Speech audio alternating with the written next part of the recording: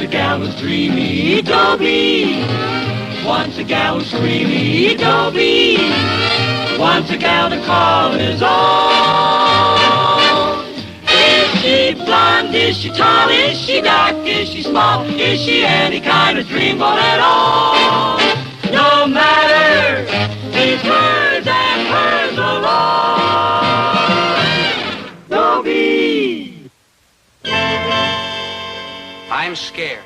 I better do something quick or I'm in big trouble. What am I scared about? I can give you the answer in 2 simple words. Melissa Frome. Ah, soft, pink, creamy, beautiful Melissa. She's a girl. What a girl. She's crazy about me. Perfect, huh? Well, that's why I'm scared. It's too perfect. Something's got to happen to spoil it. Dobie, dear, I'll have... chocolate egg foo young sundae with double whipped cream. Oh, Dobie, darling, that's exactly what I wanted. Yeah. Well, wonderful. That's simply wonderful that you knew. You know, it's almost like magic. Yeah. What magic? Every time you two come in here, she orders a chocolate egg foo young sundae with double whipped cream. Big deal. What do you want? Mrs. Tarantino, I'll just Have a glass of water, please. Yeah, I could have figured that out. Empty Walletsville. Yeah. And we got no magic bond between us. No. Tarantino was certainly impolite. I think you ought to report her to the manager. Oh, I couldn't do that. Well, then I will. Oh, no, Melissa. No, try to see it her way. She works so hard all day long, and how much can she make in here? In our circle of dimes known as a lavish tip. Oh, I never thought of that. And what's her home life like? I mean, if Mrs. Tarantino has to work in here, it means Mr. Tarantino needs her help. She's probably sick. Who knows? Probably lying there in bed staring at the ceiling encased in a plaster cast. Oh, the poor man. The poor woman. Running around in here all day, her back and her head and her feet must be... Oh, bless you, Sonny. That's the first kind word I've heard since I come to work here. Huh? You know, if I've been yapping at you, it ain't me, kid. It's my feet. They're doing the screaming. Oh, well, tell him I understand. Yeah, I understand. That's the first good laugh I've had all week. Yeah. You're okay, kid. Yeah. Hold on to him, girlie. Good men these days are hard to find. Dobie, you're the kindest, sweetest, gentlest person I ever met. No, I wouldn't say that, but I'm glad you did. See what I mean? See why I'm scared? It's just too perfect. I finally found a girl who thinks I'm... Wonderful, divinely wonderful. It is your love that has made me this way. When I'm with you, I feel fresh and sparkling and alive. Oh, me too. If I lost you, I'd be a ragged, useless, dirty wreck. You rang? Oh, hi, Maynard. Well, Maynard. Don't. You know how way out it feels to gleam your friendly face in my hour of need. Maynard, you're in trouble. Yeah, I feel like somebody just tossed me in one of them wagons and is carting me off to the gelatin. If that's guillotine, Maynard. Yeah, guillotine. Tell me what's wrong, Maynard. You know how I worry about you. Well, I can't. You'd like better. I need money. I had to ask. You see? Doomed. No, stop dramatizing. You know I'll help you. Just tell me how much money you need and why. $6.26 on account of this chemistry course I've taken in school.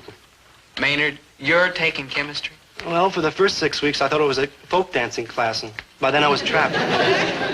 The $6.26. Oh, yeah. Yeah. Now, get this picture. Uh-huh. I'm in the chemistry lab, see? We're like working on an experiment. Yeah. And the place is like crawling with chemicals. Uh-huh. And I'm pouring and mixing. Yeah. And everything's steaming and gurgling. And fuming and bubbling. And foaming and frothing. And then it happened. You mixed the wrong chemicals and... Not then. Not then, no. But when I poured the milkshake from my thermos bottle into Then. it. Varoom! Varoom! The whole place looked like Hurricane Maynard! So you need the $6.26 to pay the school for the broken equipment. Man, like you should have seen it. Yeah. Varoom! Maynard, enough. Here, be careful. It's practically every penny I own. Gee, like, thanks, folks. Yeah. Maynard can get himself into the most ridiculous situation. You're like a real human being. Oh, Dobie, you're so warm and kind to waitresses and so Yeah. generous to your friends. Uh-huh. Oh, you've got a heart as big as... All outdoors? Oh, at least. Yeah, well, Maynard needed the money. Oh, my gosh, the money. The money? Yeah, I was saving it to buy our tickets for the Kingston Trio Saturday night. Oh, if I don't see the Kingston Trio, I'll die. Oh, can't you get the money from your father? Surely you jest. Oh, I'll die. I'll get the money from my father. Get money from my father. Get money from my father. Get money from my father. Get money from my father. Get money from my father. No matter how you say it, it sounds impossible. I gotta kill that boy. I just gotta. Dobie just made a simple little mistake. Leaving a chocolate ice cream bar on the cash register is a simple little mistake. He was probably just taking some money out of the register and he just happened to leave his ice cream bar. What's so wrong? What's so wrong? 1, he was helping himself to the cash register. 2, he left a chocolate ice cream bar for change.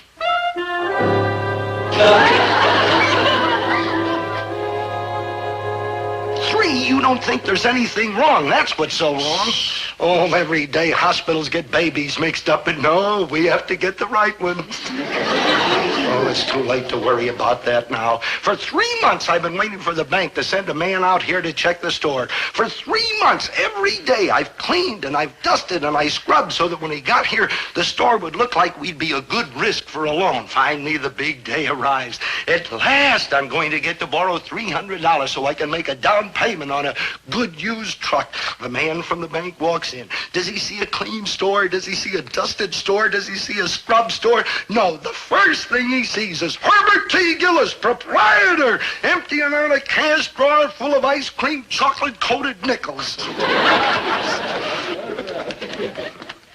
Well, I suppose you found everything in A1 tip-top first-class credit rating shape. Well, your store appears moderately well run.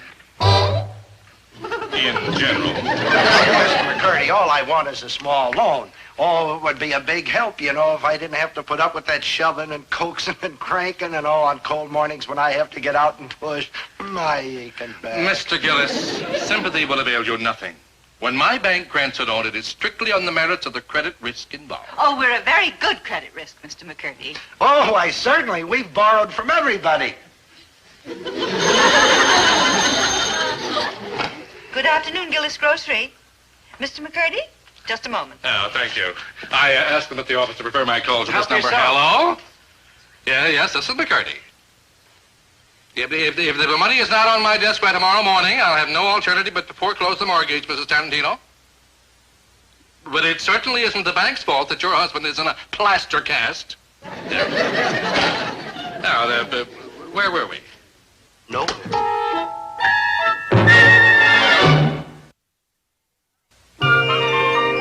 Hi, Dad. Mom.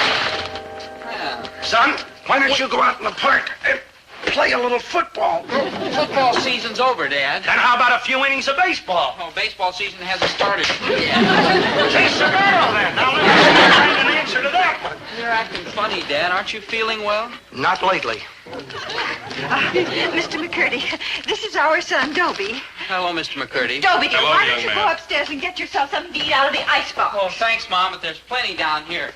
This sort of fouls up the store's bookkeeping, but business has been so bad lately, it doesn't make much difference. Dobie, dear, I have one idea. Why don't you and I go for a walk around the block? You need the exercise. Oh, no, Mom, I Well, don't then need I need the exercise. Goodbye, Mr. McCurdy. Goodbye, Herbert.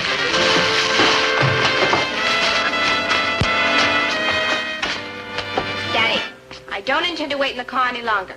I'm dying to get to the stables and break that stallion's spirit. Mr. Gillis, this is my daughter, Mignon. Oh, I'm very happy to know you, miss. Could I get you a cold drink or something? Anything you want? Him. Him who? The boy who was just dragged out of here. The cute one with the blonde hair and the weak chin. Gillis, you must mean your son. Dobie? Look, miss, why don't you give yourself a break and settle for a cold drink? Daddy, tell Mr. Gillis to arrange an introduction. Well, if that's what you want, but I don't see any reason for it. Oh, Dobie's a nice enough kid and all that, but he is never going to set the world on fire. In fact, sometimes I wonder if he's even going to get around to lighting the fuse. I knew that the minute I saw him. That's why I want him. He's unformed, flexible, pliable, the kind I can mold and shape to fit my own taste. Give me the namby-pambies every time. Namby-pamby? Now, just a minute, miss. He may be a namby-pamby, but he is my namby-pamby, and nobody's going to call him a namby-pamby but me.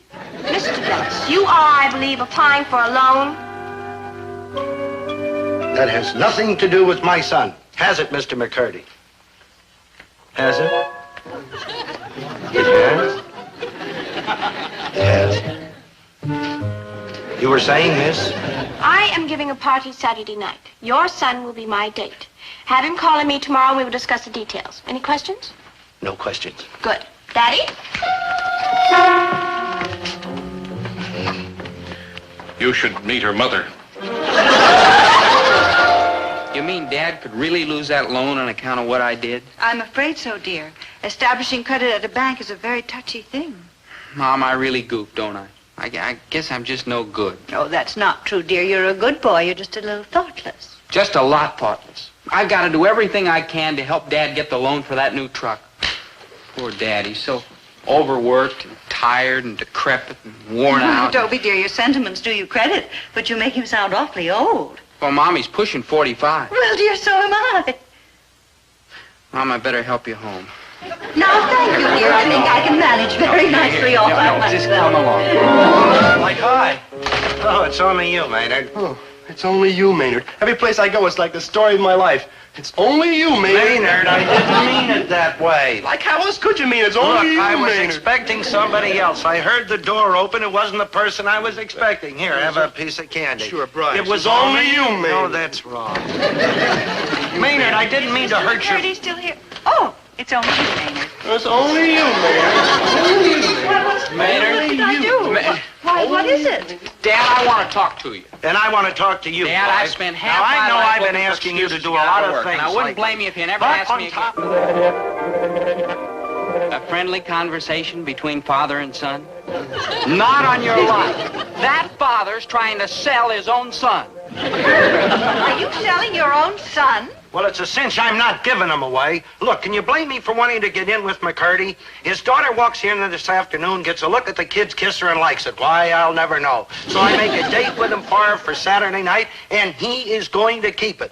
He owes it to his poor old father who supports him, who walked the floor with him when he had the colic, who had braces put on his teeth so they'd come in straight, and who will break every bone in his ungrateful head if he don't help him. Mom's right. I will not sell myself for money. I'm not asking you to. I will do it for you.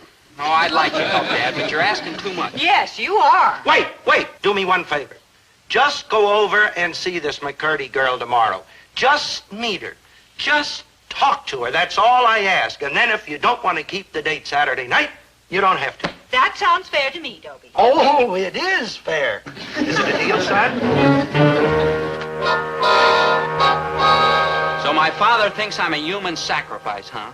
Well, I'm not. Well, I mean, I'm human, all right, but if that mignon McCurdy thinks she's going to get me in her clutches, she's got another clutch coming. No, sir, I'm handling everything my way. Remember, Daddy, when he gets here, I'm handling everything my way. Poor fish doesn't have a chance. I'm happy to see he isn't arriving late. He wouldn't dare. Daddy? I'm on my way. Hello, Mr. McCurdy. Into our parlor, said the spider. Daddy! Oh, Dobie, how good. How very good to see you. Won't you sit Likewise, down? Miss McCurdy. You Thank may you. call me Mignon. Oh, thank you, and you may call me Dobie. I already did. Now That's tell right. me, Dobie, what are your school ambitions? To get out, if I can. No, dear boy. What I want to know is what subjects do you like best? Oh, none of them. I just want to get out. Good, I'm pleased. You are? You are clay. Clay? Clay. I am the sculptor. I will mold you and form you into the exact image I require. Just a minute. Just a darn The same minute. thing happened with my mother and Daddy. One look at him, and she knew he was the unformed, flexible, pliable type she was searching for. No, just a minute. Daddy, you know Mother has forbidden you to use that chair. The hair oil stains the upholstery. Now, where was I? Out of line. Now, look, Mignon, I appreciate your feelings toward me, but there's someone else. Someone else? A girl? A girl. Quite a girl. We have an understanding. Now, This girl, will she propel you up the ladder of success the way I will?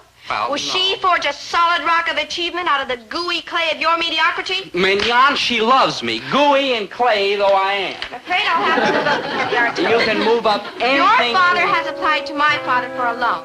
This loan is needed for a down payment on a truck. Poor fish. This truck is desperately needed to save whatever is left of your father's aching back.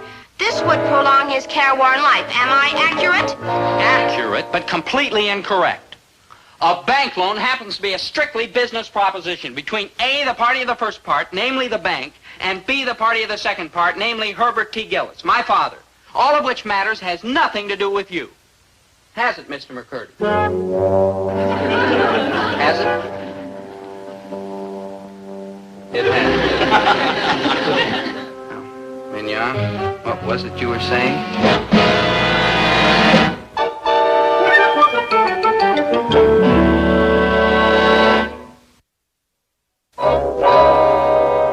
Here I am, caught on the horns of a dilemma. Boy, I mean, if there's anything you don't want to get caught on the horns of, a dilemma is it. Decisions, decisions, decisions. Melissa's beautiful and soft. Mignon is beautiful and hard. And my father's, well, what can you say about my father?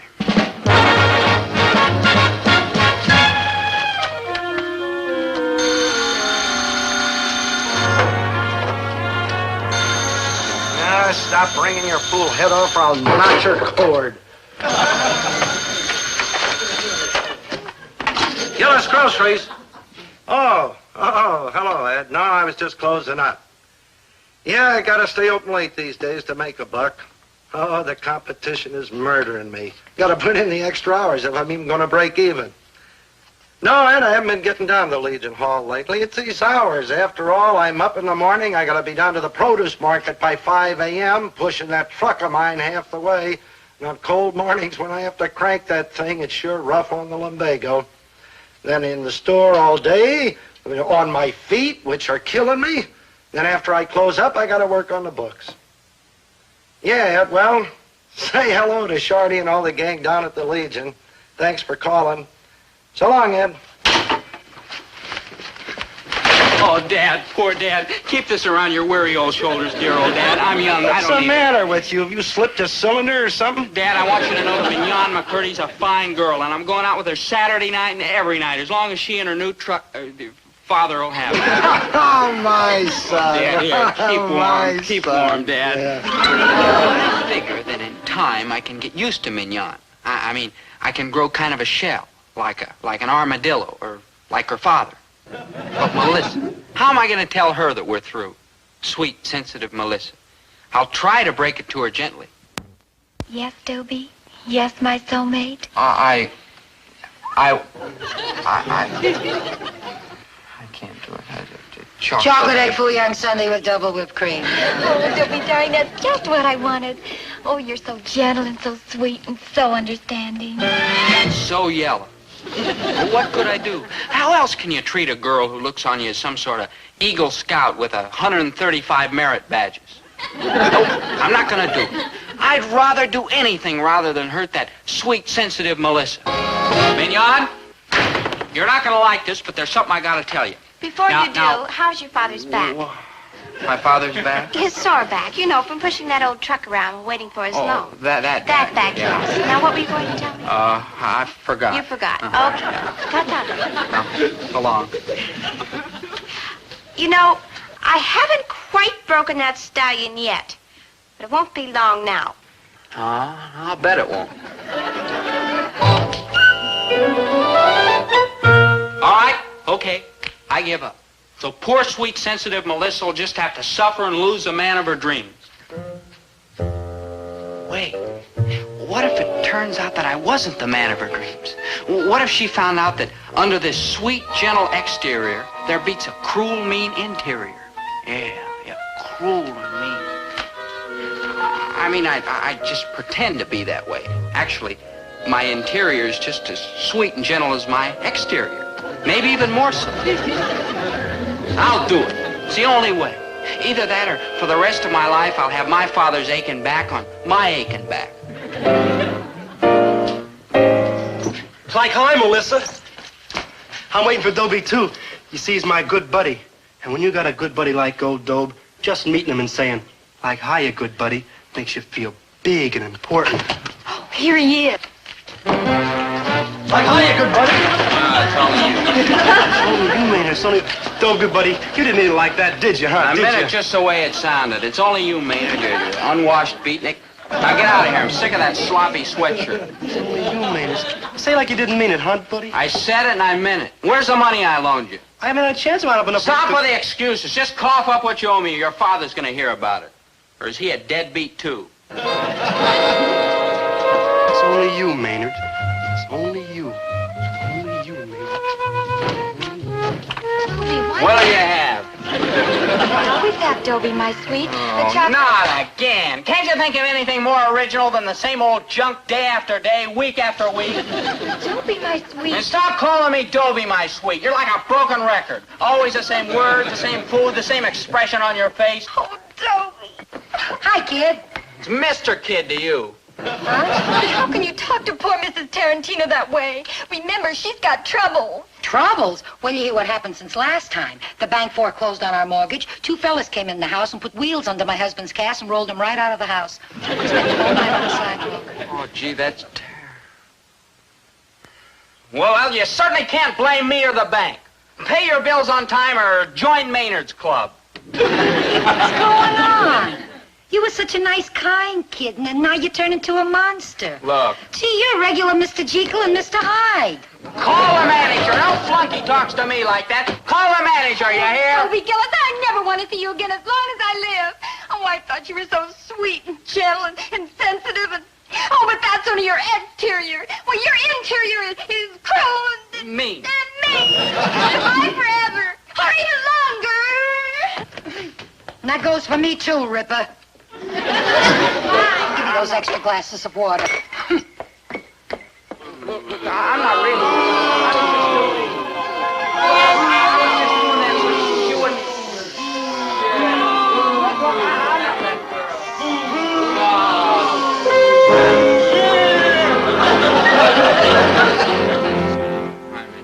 Hello, Dobie. I heard about what happened down at the malt shop. You were wonderful. Everyone says you were hateful. Beautifully, magnificently, delightfully hateful. Wait a minute, I didn't want to hurt those people. I only did it so Melissa wouldn't like me anymore.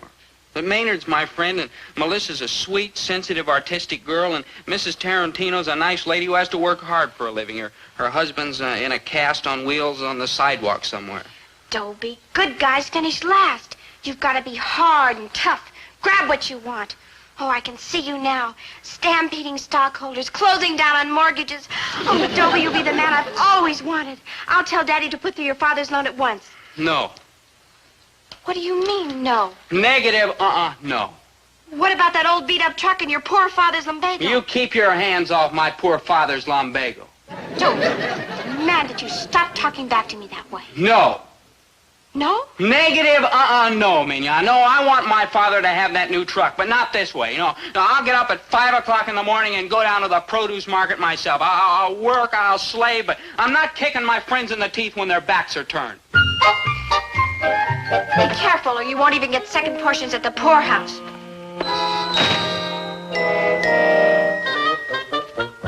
Gillis, I overheard your conversation with my Oh, daughter. I'm sorry, Mr. McCurdy, but How I couldn't did you help do it? it? You see, Maynard's my friend, and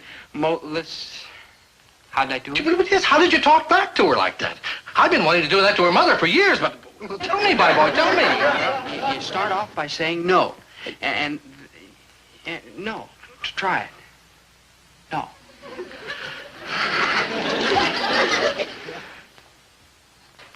I'm thinking it, but it's been so long I can't get it past my lips. Yeah, well, what would you say if I asked for a loan? No! Look, it works that way. Yeah, be firmer now. No! No, negative. Yeah, negative, Now, No. try it again with more No. pain.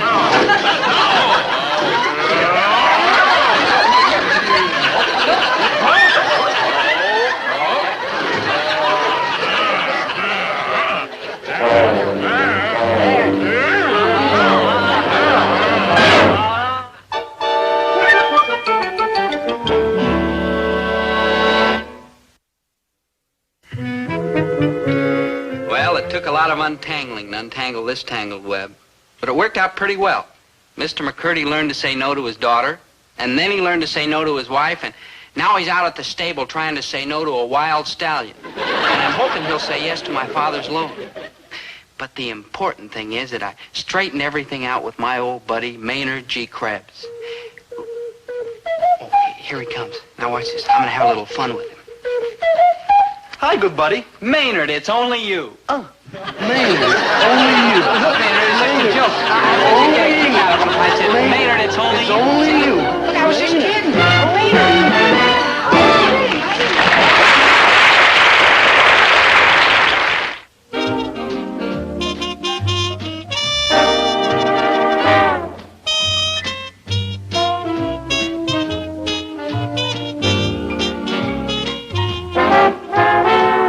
Dobie. Once a gal was dreamy, Dobie. Once a gal was creamy, Dobie. Once a gal to call his own. Is she blonde? Is she tall? Is she dark? Is she small? Is she any kind of dreamboat at all? No matter, he's hers and hers alone. 'Cause Dobie has to have a girl to call his own. Once a gal was dreamy, Dobie. Once a gal was creamy, Dobie. Once a gal to call his own. Is she blonde? Is she tall? Is she dark? Is she small? Is she any kind of dreamboat at all?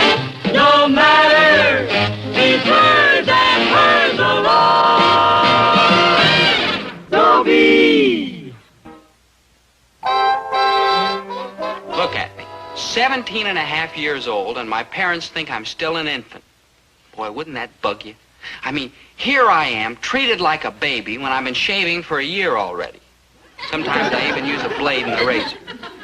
The awful thing is, it's only human beings who refuse to admit it when their children grow up. Take any other animal. Take kangaroo parents. When their little beast can take care of himself, away he hops. But people parents, ha! They hang on to their little beast till they're past 20, clear into middle age. It's contrary to nature. I mean, you show me one kangaroo who's 17 and a half and still hacking around the pouch. So where are you going to get another pouch with 6 meals a day and a loaded refrigerator built in? I was only using the kangaroo as a figure of speech. Gee, Dad, you just don't understand. That's one of the few pleasures remaining to me at my age in life. Now pipe down, will you? Let me find out what's going on in the world. That Dick Tracy. On Sunday, when he's in color, he always wears a green hat and a yellow overcoat. All I'm trying to say is that coming home last night at 11:45, when I was supposed to be home at 10:30, is not the greatest crime since the St. Valentine's Day Massacre. Say, give me some more of that, will you, Winnie? You know, you scramble a mean egg. 15 minutes late and you lock all the doors. And bolt all the windows. You know, I almost got arrested trying to break into my own house. It was very embarrassing. Poor boy. Why not go whole hog and issue me a striped suit and a tin cup to bang on the bars with? There's no freedom in this house. I'm treated like a child. Hey, you know that Daddy Warbucks? He had a haircut like that years before Yul Brynner. I must be given more independence. The little bird learns to test its wings by being pushed from the nest. I ask for the same right. If nobody pushes you, promise me one thing. You'll jump? Herbert, that's no way to talk to Dobie. You know how sensitive he is. There, darling. Everything will be all right. Stop that, Mom. Don't you see? You're treating me like a child, too. I don't want you to take care of things for me. I don't want you to protect me. One more interruption, and you will need all the protection you can get. I will reject it. I prefer to stand on my own 2 feet. Well, while you are on your own 2 feet, how about putting a broom in your own 2 hands and doing a little work around here, just as a change of pace, huh? No, what's the use? In China, they used to tie ropes around the little girl's feet so the feet wouldn't grow. You're doing the same thing to my mind, keeping it small, undeveloped, and puny. So that's what happened to it, huh? Herbert, it is your duty as a father to listen to the boy. Why? I listened to him last year. All right, go ahead. I'm listening. Thank you. I am not being allowed to grow up. Big deal.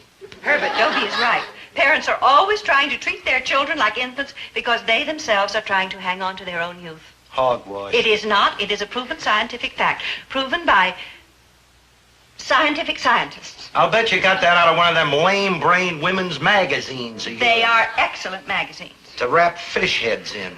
Listen, I need to test my wits and strength against the slings and arrows of the world in which I live. Hogwash. Pure, grade A, hogwash. Herbert, now go on, dear. Tell us, how can we help you solve your problem? It's simple. Just let me move away from home. Herbert, are you going to sit there and listen to that pure grade A hogwash? Now, hold on. But Dobie, darling, you're only a baby. I'm 17 and a half. Well, an old baby, and they're the worst kind. Mother, you're choking me with a silver cord. Yeah, why don't you try whopping them with one of them scientific magazine articles? Well, that article was about other people's children. Look, there's no sense in getting your hackles up. The boy is not moving out. Now get that Lower straight. your voice. The magazines say that it is dangerous to speak harshly to children. You want him to stay, don't you? Of course, don't you? Well, right now it's 6 to 5, and take your pick. What? Yes, I want him to stay. Now you hear me good, mister. Softer. Little bird, you're not going to fly away from the nest. And do you want to know why? I demand to know why. Because you would starve to death before you got your tail feathers warmed up. That's why. I would not. Why, you'd be crawling back here in a week, unwashed, unshaved, a physical wreck. You rang? Good morning, Mrs. Gillis. Mr. Gillis, how's every little old thing, friends? Maynard, would you mind coming back a little later? We are in the middle of a little family discussion. Yeah, at my house, too. Don't be like leave room and they like start slugging it out. Hey, Big Daddy, ain't you going to school today? Oh, I almost forgot. Yeah, I like to forget almost every day. Dad, you're not being fair if you say I couldn't make good away from home. I mean, getting used to a new environment would be no problem to a basically self-sufficient person like me. I mean, it isn't as if I was a helpless type who couldn't do things for himself. Let's face it, anybody can be waited on, but it takes a real man to be honestly self-reliant. Apples? Better for your sister, me. Oh, I promise you, Dad, you wouldn't have a thing to worry about if I went out on my own. I'd handle my life calmly, thoughtfully, capably. Give me a chance, huh, Dad? Let me prove that I can make good without anybody's help. I was wrong. You would not come crawling back in a week. Naturally. If you lasted over 20 minutes, they'd have to drag you back with a St. Bernard dog. And I know what it is. You're scared to let me go. You're scared I'll prove you're wrong about me. That does it. I'm scared, huh? Now, Herbert, calm down. Me? Sweetheart, please relax. I'm scared. Hey, Dobie, little like Duck Eve John's scared, but I think he's like mad. Why don't you boys just run off to school and forget about the whole thing? Forget about the whole thing. Forget about it, and every time I make a move, Crusader Rabbit here will be hollering that I'm stymieing Puny in his mind. Why, no, Dobie wouldn't do a thing like that, would you, dear? Well, Goodbye, boys. Goodbye. Hold it. Listen, if I let you move out of the house, will you promise me that if you fall flat on your kisser, you'll never say anything about it again? I'll swear to it in blood. I take a solemn Never oath. mind that. Just a simple yes or no will be sufficient. A simple yes. Herbert, are you out of your mind sending this inexperienced child out into the hard, cold world? I think it's the hard, cold world we ought to worry about. It's heartless. Listen, I know what I'm doing. Let him get it out of his system. Why, when I was a kid, one time I decided I wanted to go to sea. So I kept nudging my dad, let me go to sea, let me go to sea. So finally he took me down to a friend of his who worked on the Staten Island ferry, and they started me riding that crummy boat. Back and forth all day long. And the next day, I must have crossed that harbor 600 times. And it cured you? Well, let's put it this way. I never bugged my old man about going to sea again, and to this day I get a funny feeling in my stomach if I get a good sniff of a bundle of wet wash. Well, if it would really cure him. Believe me, Winnie, it'll do the trick. You really think so? On my word, as a gentleman and a grocer, it's the only way. My little man. You mean I can go? You're a good man, Mr. Gillis. You too, Mrs. Gillis. My little boy. Mom. Son, be careful. I'm like all misty. Look, you've nagged yourself into getting this chance, but remember this. If I find out you're botching things up, I'm dragging you home, and you better never open your yap again. Yes, sir. I promise. But if I make good? Well, then I won't open my yap. Man, like that I gotta see. You're on your way out. Like, bye. Yeah, Mom? Botch things up, please. Gee, Mom and Dad, you've been like a mother and father to me. Hi, Big Daddy. Oh, hello, Maynard. Hey, what you got there? The classified ads. Oh, You know what classified ads are, don't you? sure. Ads. That's right. They're classified. Right. Dope? Yeah?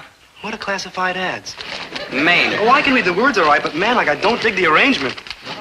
Young man, late model convert, radio, heater, WW tires, power throughout. Looking for young lady with gas credit card. Objective. Honeymoon in Las Vegas. Man, if it's a beat there, Daddy, it like lost me. Maynard, that's a lonely hearts ad. A fella's trying to find a... Oh, never mind. That's not what I'm interested in anyhow. I'm trying to find a place to live. Yeah, the pad ads. Hey, Doe, when are you going over the wall? as soon as I can find something I can afford. And it's very discouraging. They want at least $40 a month for anything worth moving into. All I've got is an advance on next month's allowance, $27.50. $27.50? Man, I thought getting even $10 out of your father was like tougher than wringing blood out of a termite. Turnip. Yeah, turnip. Yeah.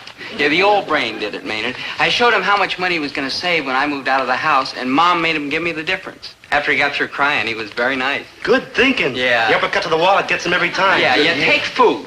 You see, I eat anywhere from 3 to 8 meals a day. plus snacks in between and extras on weekends, every day of the month. Ooh, that's like $10 or $12 shot right there. Yeah, and I won't be using the telephone. Look what that'll say. A fistful. Yeah, and electricity for my room and for the television. Wow, that's a wad. At least $3. Yeah, laundry and hot water for baths and shaving and like that, you see. And there you left me. It's a monumental piece of strategy. But I still don't have enough dough. I don't... Wait.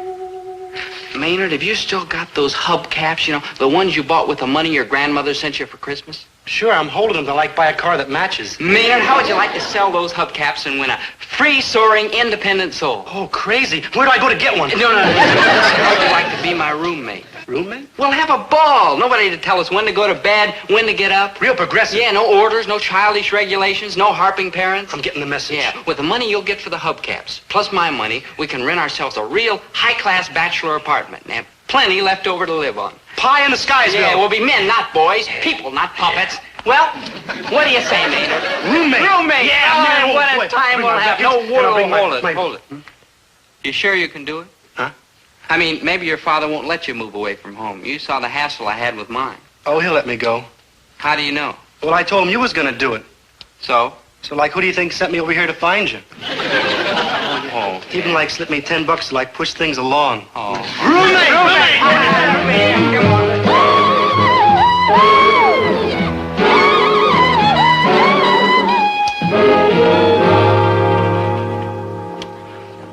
$45 in advance. Gee, when we looked at the apartment this morning, Mrs. Finch, you said 40. $5 deposit on the stove. Stove? Who could steal a stove? It weighs like a ton. The last tenant did. $45. Let's see. You may as well give me the other $750 while you're at it. Other $750? Deposit on the linens. There aren't any linens in the apartment. What? Why, that fella stole everything. So you give me the $750 and I'll order them for you. But we brought our own. You've got to use mine. It's the policy of the house. But we don't need any more. You can always give up the apartment, forfeit your deposit, and you're free. I ain't holding nobody which ain't happy here. Okay, there you go. Thank you. You're nice boys. Thank you. Thank you very much. If you need anything, don't hesitate to call me. I'm gone most of the day. I'm seldom here at night. The faucet in the sink leaks, but we're all out of washers. If you want to throw that away, there's a trash can out back.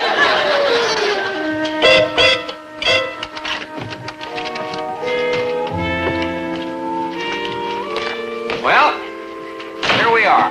Yeah, Sure. Nice place. very homey. Yeah, homey. Yeah. Maynard, I'll take that closet. Ooh, I'll take that big closet there and hey. hang up my shirts and slacks. Maynard, that's not a closet. It's a Murphy bed. Yeah? Yeah, push on it there. You're wrong, Dope. There's no bed in there. Yes, there is, Maynard. Look again. If you say so. Yeah. Oh, I hate to argue with you, Dope, but there ain't no bed in there. It's just a big empty closet. Yeah. Well... Hey, maybe the last guy have something in the refrigerator, huh? Oh, yeah, take a look. Find anything? Guys? That was nice. Ooh. Hey, 10 ways to control fungus in the California redwood. Ooh. Hey, Dope. Somebody left a souvenir of the Garvey Hotel. Commercial rates. Sylmar, Utah. Hey, Dope. Yeah? I kind of feel like sick. Now, Maynard, snap out of it. We're here to have fun, to live it up. Can't take time out to be sick. Yeah. Yeah.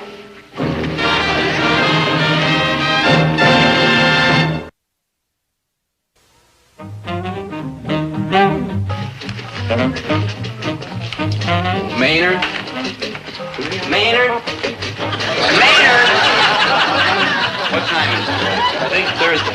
No, I mean the hour. Oh, it's probably like around 11. That top layer dish in the sink looks like dinner. Well, that doesn't prove a thing. Yesterday we had lunch at midnight. Yeah. Hey, go take a squint. I like scrounges for tomorrow's breakfast. Oh? Well, what did you... this... An economy gallon tin of popcorn? The cat in the store said it was filling. And, man, we gotta like watching them greenbacks. We're running to the shorts. Maynard, we haven't even been here a week. How can we be running low on money? Maynard, do you have to do that? Do what, good buddy? All that squirming and snapping and wiggling. Man, I gotta do it. I mean, how is the music gonna know that I care? Well, will you stop once in a while? You mean kick it? To be perfectly frank with you, Maynard, it's getting on my nerves. You never said nothing before.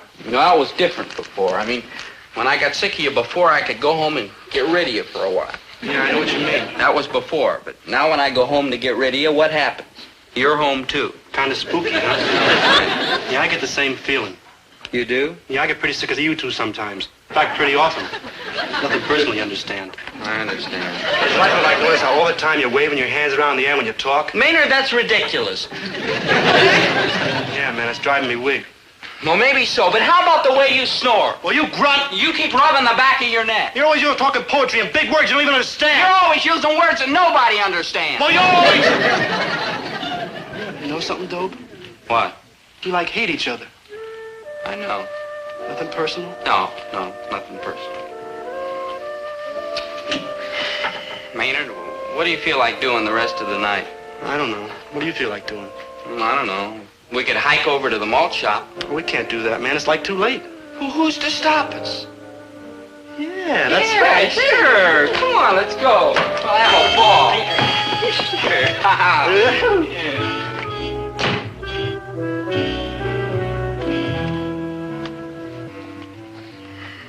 No, it's no fun unless somebody tries to stop us. I know.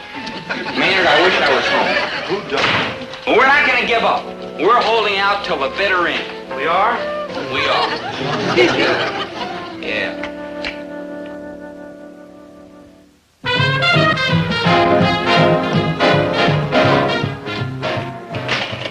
Dobie, get out of the refrigerator. It's me, dear. Dobie's the one with the crew cut.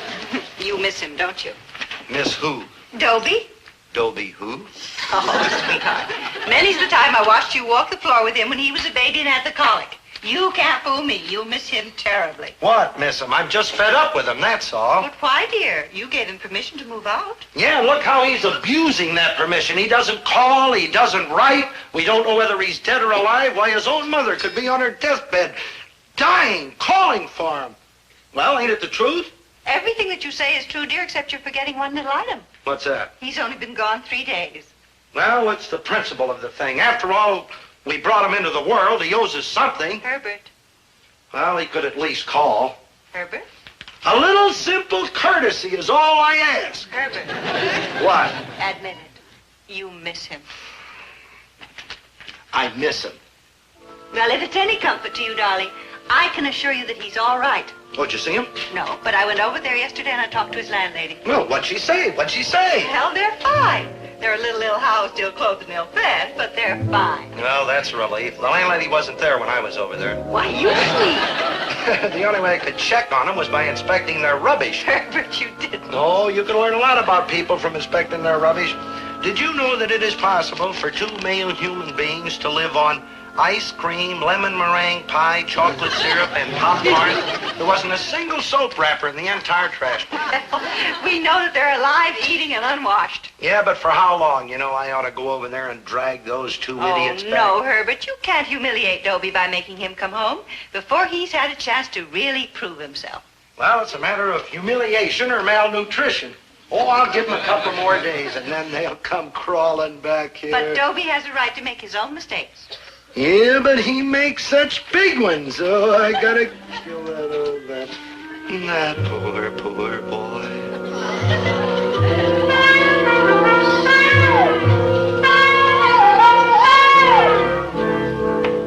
Dobie? Maynard?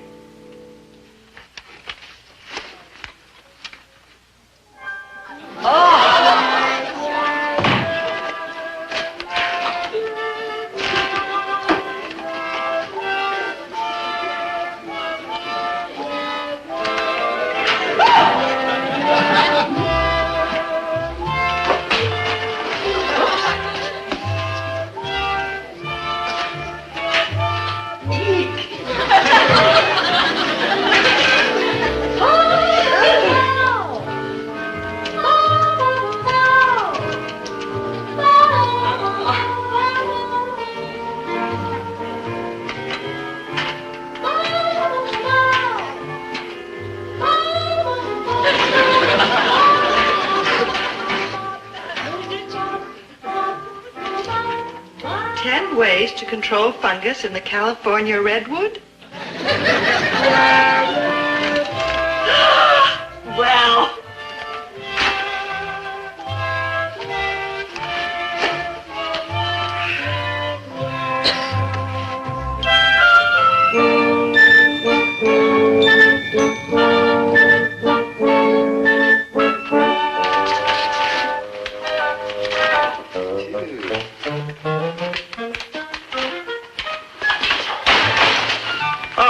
Where you been? Out? I know where you've been. You've been over to see Dobie. Oh, you think I've been to see Dobie, eh? Come on now, admit it. You went to see Dobie. All right, I admit it. I went to see Dobie. No, you didn't. You've been downtown spending a lot of money. That's where you've been. Oh, I have? You sure have. Why fight you, Herbert? You are too shrewd. You're darn right. You got to get up mighty early in the morning to put anything over on Herbert T. Gillis. Oh, come on now, Winnie. Where have you really been?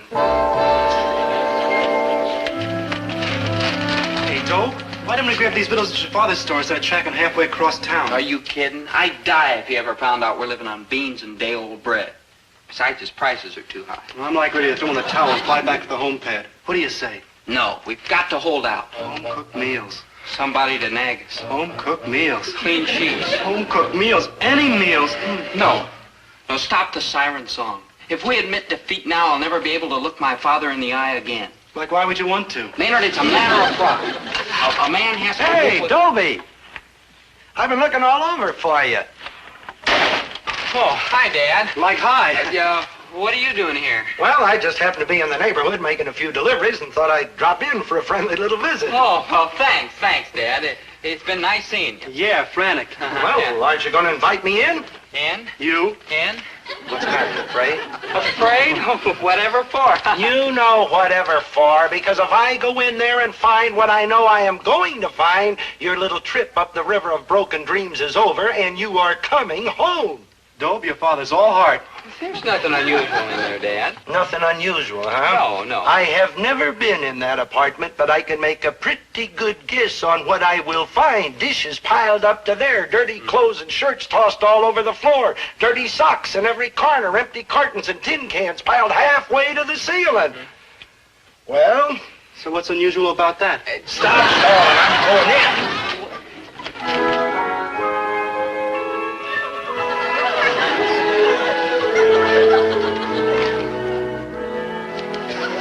Amazing. It's amazing. Yeah. Like what? Shirts, clothes, clean, neat, hanging up. Naturally. What do you think, we're like sloppy or something? We throw all the dirty stuff in the laundry bag. Yeah, but who cleans them? It's like home. You throw it in dirty, it comes out clean. Yeah. It's full of food. It is? Oh, it is. Yeah. Sure, who gets an icebox without food? Yeah. Son, Now, Dad, look. I owe you an apology. What? You said you'd make good on your own, and you did. Oh, Dad, it was nothing. You've proven your point. You're a man. You come home now, and we'll treat you like one. Well, Son, your mother misses you. I don't know. We're getting kind of used to it here. You can have all the freedom you want. I don't know, Dad. Here I'm my own boss. You can be your own boss at home. Honest, I give you my word. Well, Look, you're an adult now. Come on home, and we'll treat you like an adult. I promise you. well, okay. I guess so. Yeah, I'm getting like all misty again.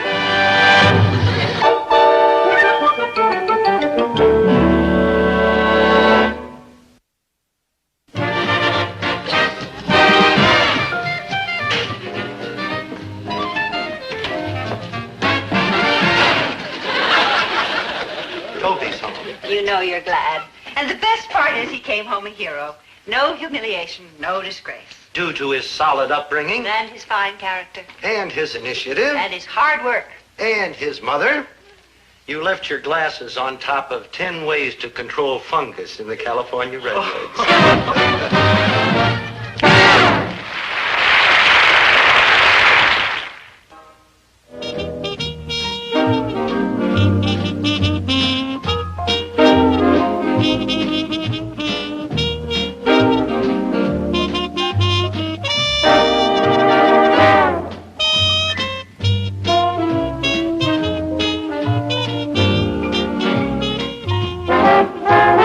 Dobie, Once a gal was dreamy, Dobie. Once a gal was creamy, Dobie. Once a gal to call his own. Is she blonde, is she tall, is she dark, is she small, is she any kind of dreamboat at all? No matter, he's hers and hers alone. 'Cause Dobie has to have a girl to call his own. Once a gal was dreamy, Dobie. Once a gal was creamy, Dobie. Once a gal to call his own. Is she blonde, is she tall, is she dark, is she small, is she any kind of dreamboat at all? No matter, he's hers and hers alone. Dobie, Dobie.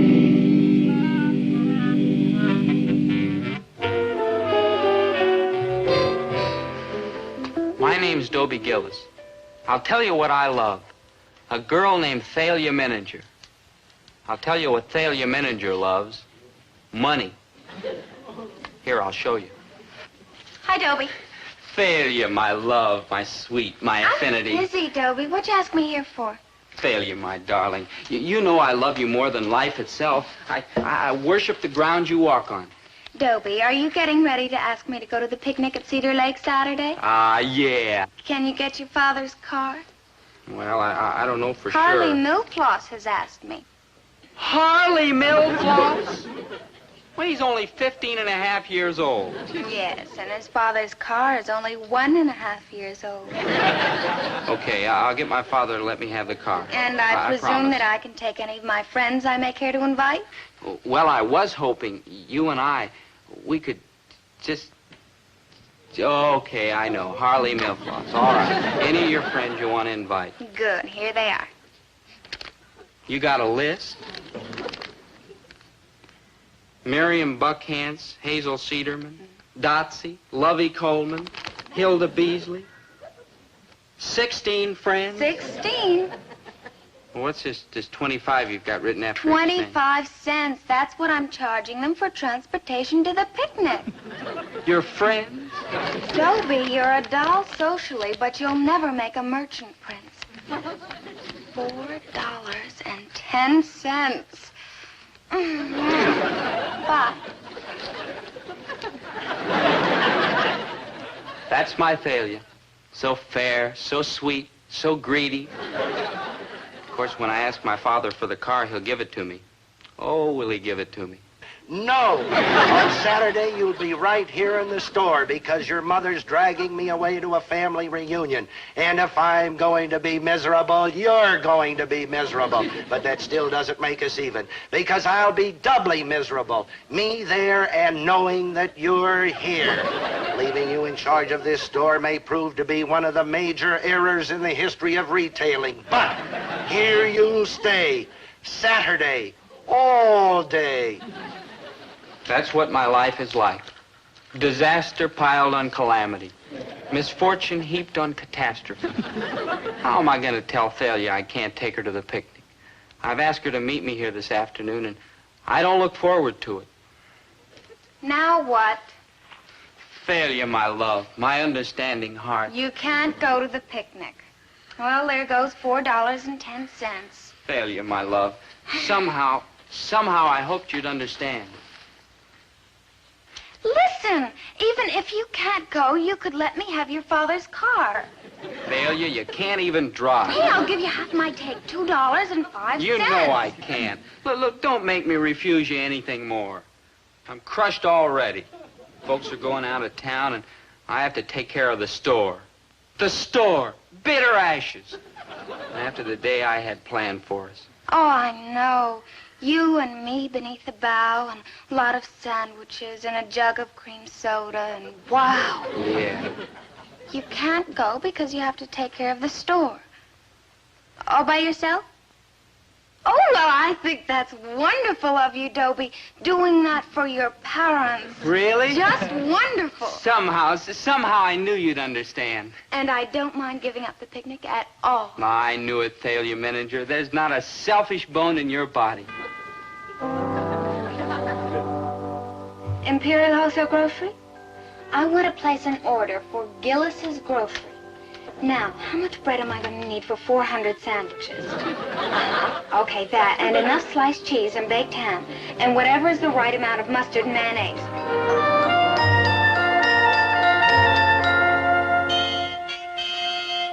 And furthermore, if just one little thing goes wrong, what am I saying? If. Now, Herbert, stop now. Have you got the tickets? Oh, I got the tickets.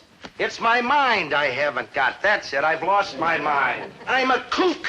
The next thing you know, I'll be talking to that Maynard and understanding of it. Don't mind him, Dobie. You just be a good boy and take good care of the store and make him proud of you. No, I will, Mom. Bye. Have a good time.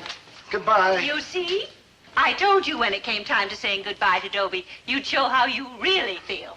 Dobie, I'm saying goodbye to the store. Hi, Mr. Gillis. Like, Hey, rise and swing, man. The AM's a gasser. Come on, Dobe, we're late for school. Late. Maynard, this is Saturday. How about that? Why so surprised? Happens to you every week. Yeah. Okay. Thalia! Hi. Thalia, is it really you, my love? What are you doing here, dear heart? Well, I've come to help, of course. My darling, I said it yesterday and I'll say it again. Sign There's not here, a please. selfish bone in your body. The man wants you to sign. Yeah. The world has said you're cold, hard, grasping Thalia Millinger, but the world doesn't know you as I do. Thalia? Candy with mustard and mayonnaise? Hey, what's the matter? You against breakfast? And from now on. Oh, good. It's all here. Well, what's all here? What's all this stuff? Dad doesn't sell that much bread in a week. And all that ham and cheese. Gee, I can't figure why he ordered it. He didn't. Huh? I ordered it. Oh. What do you mean you ordered it? Now, listen, Dobie. You want to do a good job in the store, don't you? Thalia, Well, why could weren't you smart enough to see that the picnic is today and that you can sell 400 sandwiches and we can make $50? 400 sandwiches? $46? You ordered $46 worth of stuff on my father's bill and I signed for it? He'll skin me alive. Oh, Dobie, just think how proud he'll be when you sell 400 sandwiches. Well, what if we don't sell 400 sandwiches? Well, if we only sell 300, at a quarter apiece, that's practically $50 profit. And I'm taking you in as an equal partner. How else can you get rid of the food? Well, I could send it back. Well, look at it this way, then. If you do send it back, I'll never speak to you again. Exactly. Now, we've got 400 sandwiches to make and $50. Yeah, boy, it's 50 yeah, bucks right. profit. Yeah, come on, let's get started.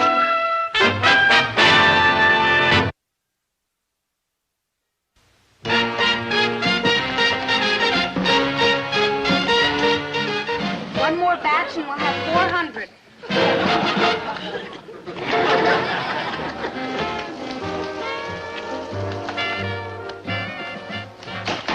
Hey, man, do something about that cat. He's got a lousy beat. Yeah, just one moment, sir. One moment, nothing. I'm in a hurry. A box of ginger snaps and a large can of sardines. Ginger snaps and sardines. Oh, cool. My wife likes them, and she likes the kind of sardines in mustard sauce. Yeah, 97 cents, sir. Oh, thank you. Never mind, I'll put them right in here. Oh, okay. Come on, we're almost finished. Man, did you dig that wild outfit that cat was wearing? Yeah, I haven't seen a slicker like that since... Slicker. Slicker.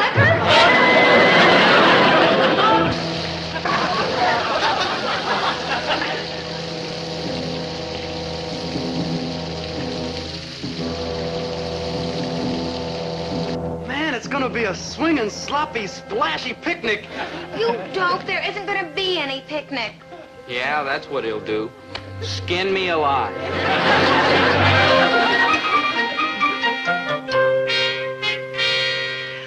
Oh, now, isn't this wonderful? You can get yourself a nice 2-day rest. Rest? I could get more rest in a malted milk mixer. And those relatives of yours, it's like being trapped in a violent war. Sure, but they'll hear you. Family reunion, just what I need. Just like I need a wart on the end of my nose. Hey, sis! Put her down. If you break something on her, I gotta pay. What do you know, laughing boy. Laughing boy. I think I better get these things unpacked. Well, you before the can't do wrinkles it, set sis. in. This is the boys' dorm. All the women folk are bunking upstairs. Hey, what do you mean? Quiet, in-law. Hey, he's getting to be a regular tiger. You know, I think I'm beginning to see what there was you saw in him. What do you mean the women folk are bunking? Well, there ain't enough bedrooms to go around if we play cozy couples. So the women are bunking upstairs and Herb and I are in here. And no tippy-toeing in the hallway. Me and you? And Ed and Louie and Joe and... Oh, hey, the champ. You haven't met him yet. Well, here he is. 1980 All-American and then heavyweight champion of the world. Give your Aunt Winnie a kiss. Okay, champ, run along. What's his name? Well, Wilford Jr., what else? What a kid. Just a chip off the old block. And how's yours? Dobie? Oh, Dobie's wonderful. So tall and handsome and... Herbert, I don't mind telling you that we all understand why you couldn't come to these reunions in previous years. Understand and are sympathetic. Are you talking about Dobie? Oh, what the dickens, Herb? It's all in the family. Are you talking about Dobie? The one with the 2 left feet. 2 left feet. 3 left feet. Who'd you leave him with? Got a good keeper? I'll have you know I didn't leave him with anybody. I left him with the store. That boy is sharp as a tack. And what a worker. Why, he'll take better care of that store than I would. Well, maybe so. But that doesn't prove he isn't an idiot. Him calling Dobie an idiot. Well, you're always calling him an idiot. Well, he is an idiot. But by George, he's my idiot. He's in my store. In my store. Where's the phone?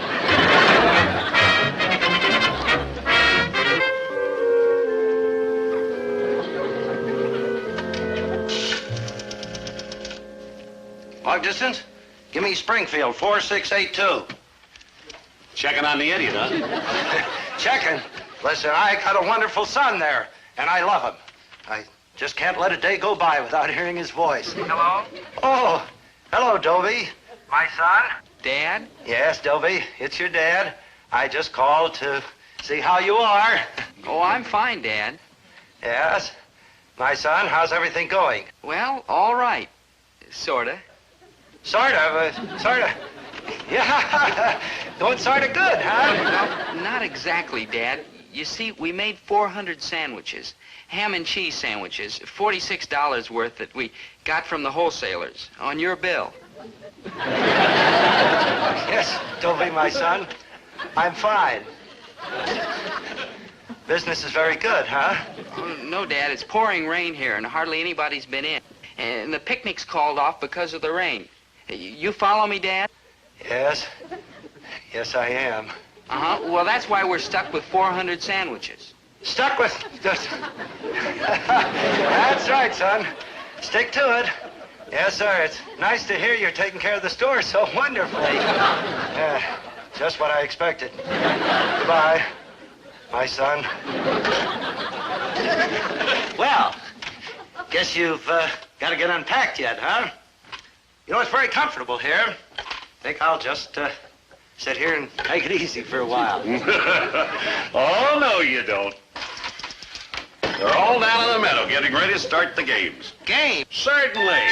Softball, 3-legged race, potato sack race.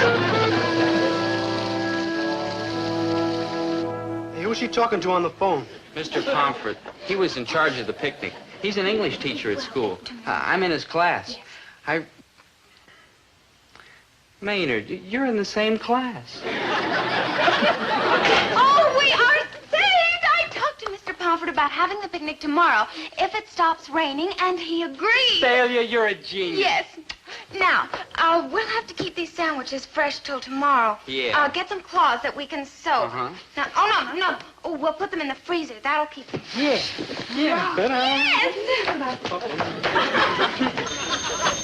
Oh, I'll get it.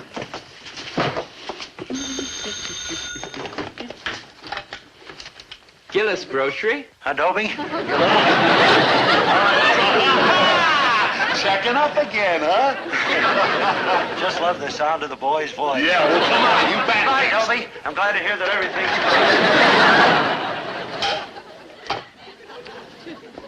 Yeah, everything's fine. It just stops raining.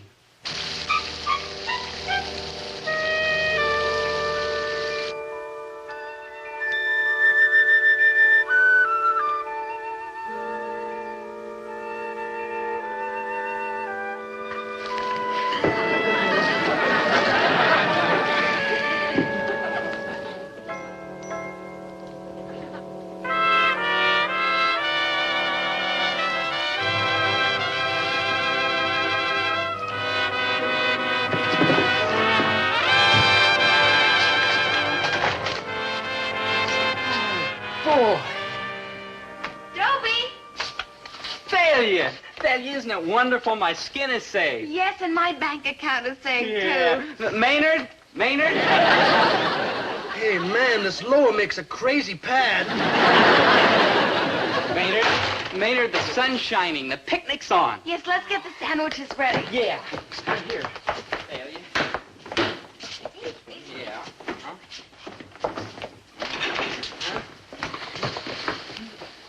Dobie? Huh? What's the matter? Dobie! Well, I wanted to be sure they stay good and fresh. I turned the freezer on full. Man, that sandwich is a gas.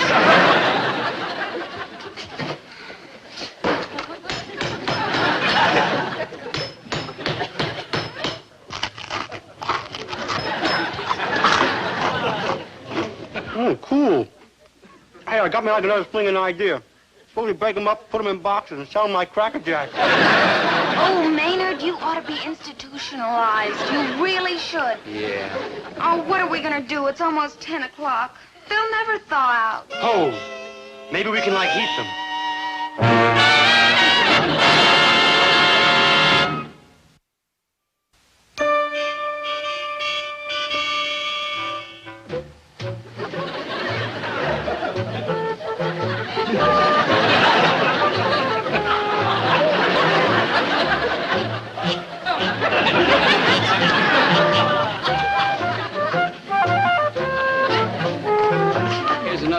From off the stove, but we can... What are you doing, Maynard? Man, it says rayon, silk, and cotton, but not sandwiches. Go watch that carton you put in the oven. Well, we can give them their choice. Frozen, toasted, or burned. Yeah, I figure I better not leave the next batch in the oven quite so long.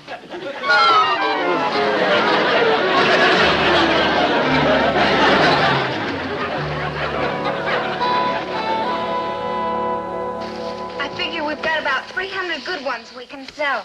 That's $150, if we can get them there on time. Well, we're practically finished. We're closed Sunday.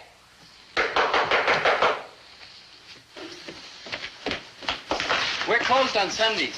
I asked you for ginger snaps and sardines with mustard. You gave me chocolate chip cookies and sardines without mustard. Oh, yeah. So sorry about that, sir. Yeah. Here you are, sir. All paid for. Thank you very much, and I'm terribly sorry. Gee, I hope he doesn't tell Dad. He was really teed off. Well, what can you expect from a character who wears a slicker on a day like this?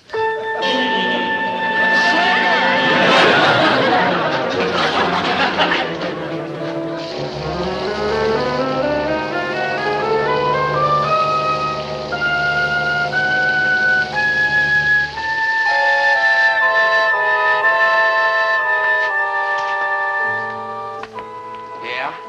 That's what he'll do. Skin me. Sure. Alive.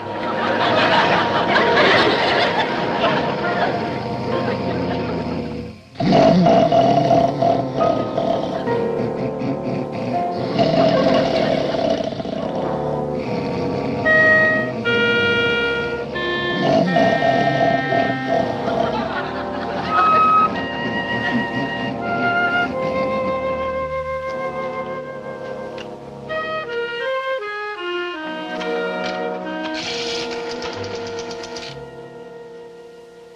distance. I want Springfield. 4682.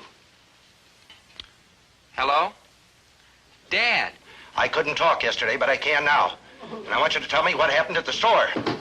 Well, Dad, the only thing we did make 400 sandwiches. 400 sandwiches? And I did hear you right yesterday. And talk plainer. I can't understand you because of all that hammering. Hammering. Carpenters. I know it. Carpenters are there. What are they fixing, Dobie? What did you break? How bad is it? Stop that, Maynard. Oh, don't put me down, man. I'm in orbit. I'm giving that lick Brubeck gave Back Bay Blues out of Cedar Lake Pavilion last year. I said Cedar Lake Pavilion. I don't care about Cedar Lake Pavilion. What's that hammering? What did you break? How bad is it? Oh, nothing, Dad, nothing. Everything's wonderful here. Just wonderful. Bye, Dad. Dobie! Dobie! Dobie!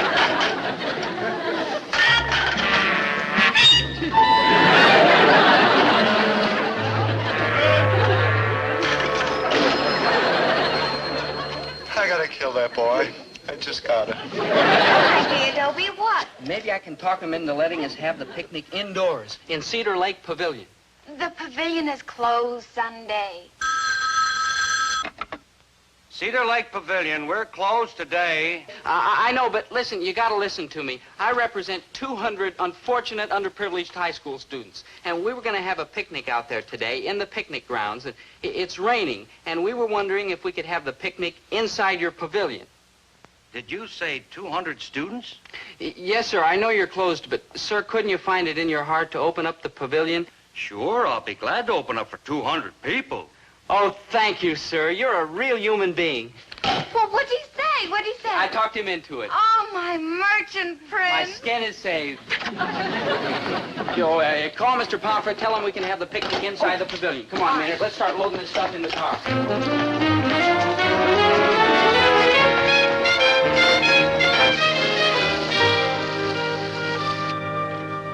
Hello. Hello, I'm Mr. Stalker. Are you the first of our rained-out picnickers? Yes, sirree, and the rest are on their way. I can't tell you how thankful I am. You have distinctly saved the lives of a couple hundred kids, and the lives of two in particular. Here, I mean, I'll put it's this just somewhere, so please. wonderful the way you've done this on Sunday and everything, and it's rainy. hold and us, Dad. Well, what's all this? Oh, these are the sandwiches we're going to sell. Sandwiches? Did you say sandwiches that you're going to sell? Well, wait a minute. Right back. Hey, don't swing at the goodies, Daddy-o. Stop! Why do you think I said I would open up? So that you can sell sandwiches? No, I sell food here. That's the only way I have of making a living. But, sir... No but, sir. Now get these sandwiches off of my property or your 200 students can have their picnic out there in the rain. Yes, sir. That's what Dad's gonna do to me. A lie.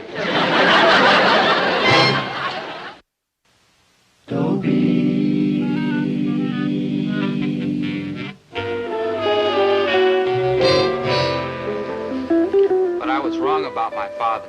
When he got back and saw the sandwiches, he didn't say a word. Not for a while, anyway. Then he said quite a few words. None of which would bear repeating. The gist of it was that I'm going to make up for the $46 out of my lunch money. I don't get any lunch money. Just one of the sandwiches every day until they're gone. I figured it out. I'm going to have ham and cheese sandwiches for lunch for the next 4.5 years. Already I'm getting awful sick of ham and cheese.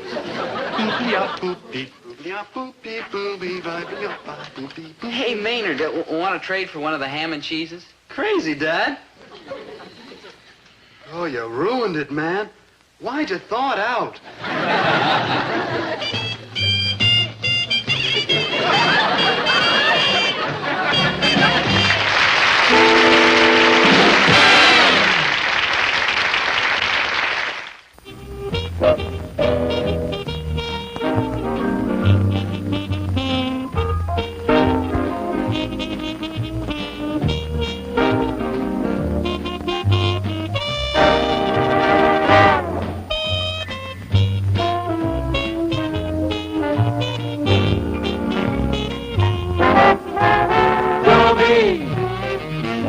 gal was dreamy, Dobie.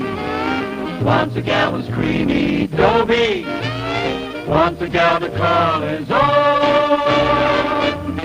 Is she blonde, is she tall, is she dark, is she small, is she any kind of dreamer at all? No matter, he's hers and hers alone. 'Cause Dobie has to have a girl to call his own.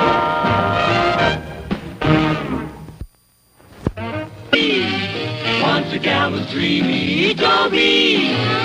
Once a gal was creamy, Dobie. Once a gal to call his own.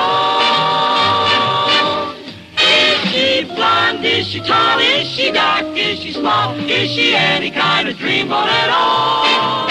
No matter, he's hers and hers alone. Dobie. I once had a very unusual experience with money. I had some. But mostly it's been my sad fate to look on the fine art of spending as strictly a spectator sport. Oh, well, they say that money can't buy happiness. I mean, look at Chatsworth Osborne, Jr. He's a fella I go to school with, and he's rich. He's also miserable. In fact, he's the most miserable rich kid you ever saw. Imagine, he lives in a big house on a hill with 26 rooms and 6 baths. 28 rooms and 8 baths. And a brace of dollar-shaped swimming pools. But you're right in one respect, I am miserable. Oh, I don't see why you're all shook up, Chatsworth. Yeah, man, you're so rich you can afford to be, like, miserable. Yeah. Chaps, you don't understand. What I crave is acceptance, recognition. I want to be one of the...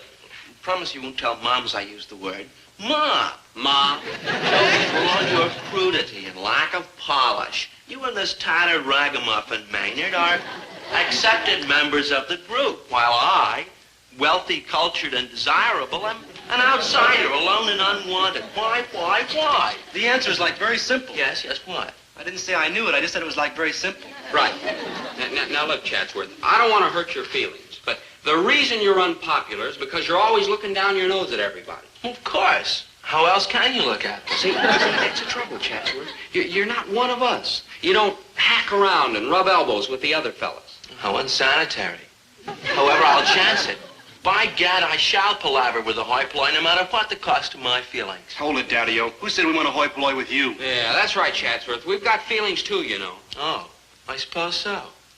But how sensitive can you be, coming from sturdy peasant stock as you do? However, I do so want to join your boyish revels and frolics, and you must let me. No, you're not our type, Chatsworth. You're like odd. But you must. I'm so good at games. I'll buy polo outfits for everyone. Now, look, Chatsworth, that's not going to solve your problem. You can't buy friendship. The best things in life are free. To win a friend, be one. Starve a cold, feed a fever. Just hold up my end of the conversation. Oh, yeah, good. Oh, my sand rats. I did so want to play. Impossible, Chatsworth, unless you can show us that you're an ordinary, earthy guy. That's how I got in. I was like earthier than anybody. Mm-hmm. The price I paid for my heritage. Poor, lonely, loaded Chatsworth. Yeah. Ain't you glad we're like poor? In a word, no. Does that answer your question? Hello, Chappie. Have you seen my cousin? No, but if she's anything like you, I wish I had. It's a he, and don't be so gauche. Gauche? That's French for clumsy, ill-mannered, uncouth. You rang? Oh, this is my friend Maynard G. Krabs, and I'm Dobie Gillis. Enchanté. Hi, Enchanté. Yeah, enchanté is French for enchanted. You like an immigrant or something? Maynard, don't you know this is? No, man, clue me. You'll have to forgive my friend. He's a little gauche. Ce n'est pas rien. After all, I have been away for 3 years at a terribly chic and exclusive girls' school in the East. Yes. Maynard, this is Sabrina Armitage. Like, wow. You made it from the 300-acre estate with a big white house and surrounded by the 16-foot brick With wall. broken glass embedded in the top. The place. Like, enchanté. Ah, you speak French. Yeah, I took it in school last year. Didn't you just adore it? Yeah, I flunked. I was just, the passing grade was 70, and I got a 43, and the teacher wouldn't give me the benefit of the doubt. Maynard. I mean, a measly 9-point difference, and he flunks. Maynard! You also flunked math. Now, Miss Armitage, about this cousin you're looking for, who is he? Chatsworth Osborne, Jr. Tough. Those are the breaks, girl. Well, you've got to take the bitter with the sweet. Still, as Mum says, blood's thicker than water, so I've got to invite Chatsworth to my soiree. French? It means party. A French party? Tomorrow night. You'll come too, of course. Me? Well, I know you're riffraff. Hoi polloi, I think. All right, hoi Yeah. polloi. But the point is, I don't know anybody to ask. We're so rich, we never mingle. C'est la vie. Oui. You'll come, of If course. you'll save me the last dance. Oh, very well. Maynard, you'll come too. Oh, he'll be glad to. Huh? Dobie, no, I can't dance. Besides, music's for listening, not dancing. Nonsense. Anybody can dance. Not me. I do lots of things bad, but dancing's the thing I do bad best. You'll be there. These dancing, they'll be like girls. Well, that seems to be the custom. You gotta save me, good buddy. I mean, when I meet a chick face to face, I get cold feet clear up to my skull. Maynard, you'll have to get used to girls sooner or later. How's about later, when I'm like too old to care? Maynard, girls aren't gonna hurt you. Oh, no? They let you spend money on them? They grab all the seats in the bus, and they giggle about you in the girls' locker room. Oh, no. I'm steering clear of foreign entanglements. So, Prettiest, I've been burrowing through all the record stores, and there's Square, girl. Just Square. Strictly Nowheresville. Nowheresville? Like way out in Stick City, man. Way out. Ooh, I hear my people calling. You went in, Daddy-O? The innest girl. Who you dig on the horn? Dizzy Gillespie. Who else? Like cool. Like who? On the 88s? Thelonious Monk, Natch. Like cool. Like who? Like high. Like high. Like that's the strangest mating call I ever heard. Miss West. She's my roommate at the chic and exclusive girls' school we attend in the East. Oh. Venice is known, rather quaintly, as the campus bohemian. I have a problem. Quel dommage. What kind of a quel dommage? How droll you are. Oh, yeah. You should see me with a lampshade on my head. It's a terrible dommage that Venice won't have an escort at the party. Oh, that. I mean, now that Maynard won't be there. Whoa, whoa, whoa. Which Maynard won't be there? This Maynard will be there. Maynard me at the party. Hey, Picasso, you said you couldn't dance. What's the dance? You like Ziegler? You like Ziegler? You like Mamba? You like Mamba? You like Mamba? You like Mamba? You like Mamba? You like Mamba? Maynard! Fred Astaire, you're not. Oh, I'd like to. Oh, goodness, we must partay. Fidelio is waiting. Now, be at my house by 9. Come, Venice. Wild horses couldn't keep me away, Dream Princess. Dig you on the second chorus. Yeah, hot jam says you couldn't shake me loose, cool chick. It will be a rather formal party, so naturally we're dressing. Naturally, there's like laws in this town. Adios, monsieur. Oi, polloi! Naturally, we're dressing. What does she think we are? Ghosts? No, she just meant we're supposed to wear our best clothes. You know, jackets, ties, shoe shine, the works. Do we have to? We have to. Man, I told you getting mixed up with chicks was like dangerous. Maynard, is there a law that makes it illegal for you to put on a coat and tie? You know it, man. It's the law of protest. I'm protesting. Cats all over the world are protesting. My whole social group is like protesting. And that's why you dress like that? Like right. I'm an angry young man. Maynard, I've asked you 100 times. What is it that you angry young men are angry about? You don't know yet, huh? And that's what you're angry about. Yeah.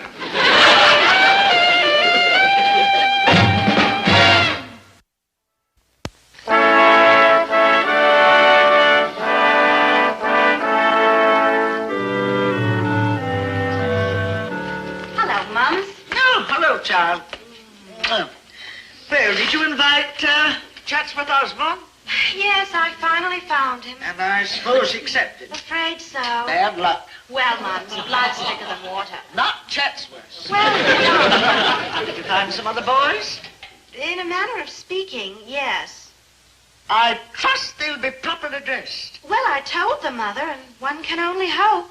One can only hope. Herbert, you're up to something. What up to something? I'm just using an old business technique. It's called the social butterfly approach. Why, I've been trying to get Mrs. Armitage's business for years and couldn't get past the third butler.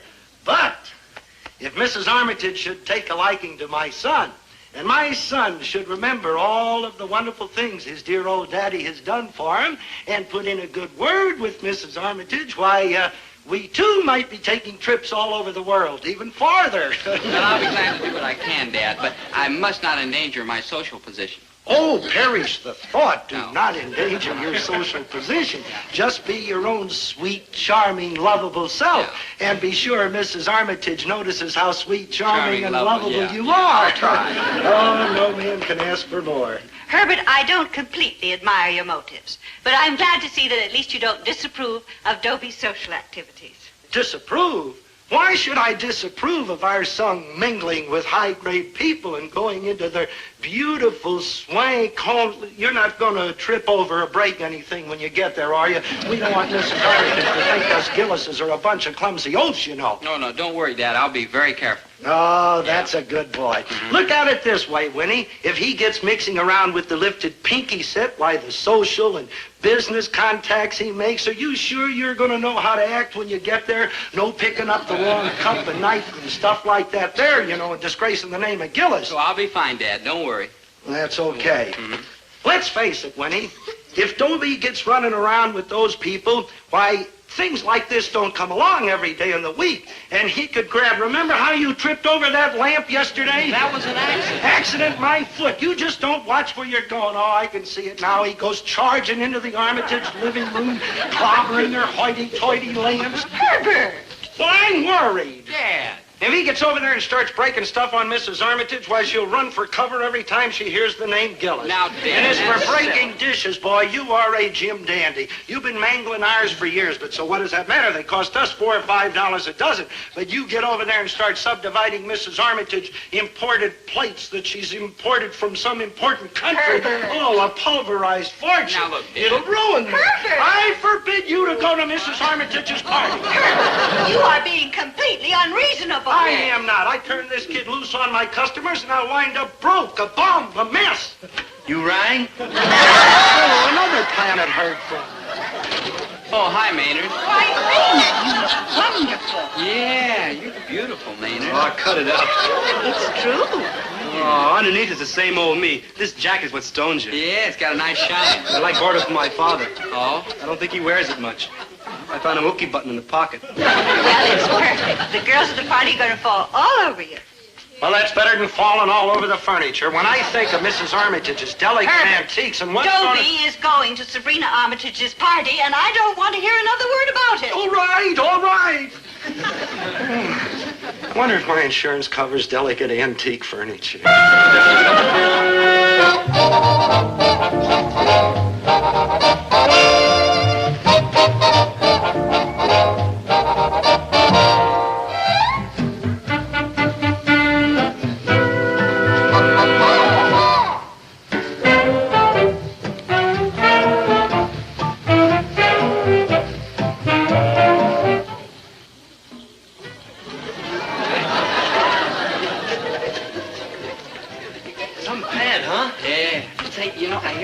Outdoor swimming pool and an indoor swimming pool. Man. And an outdoor dance floor and an indoor dance floor. Like, wow. And a complete 9-hole golf course. Indoor?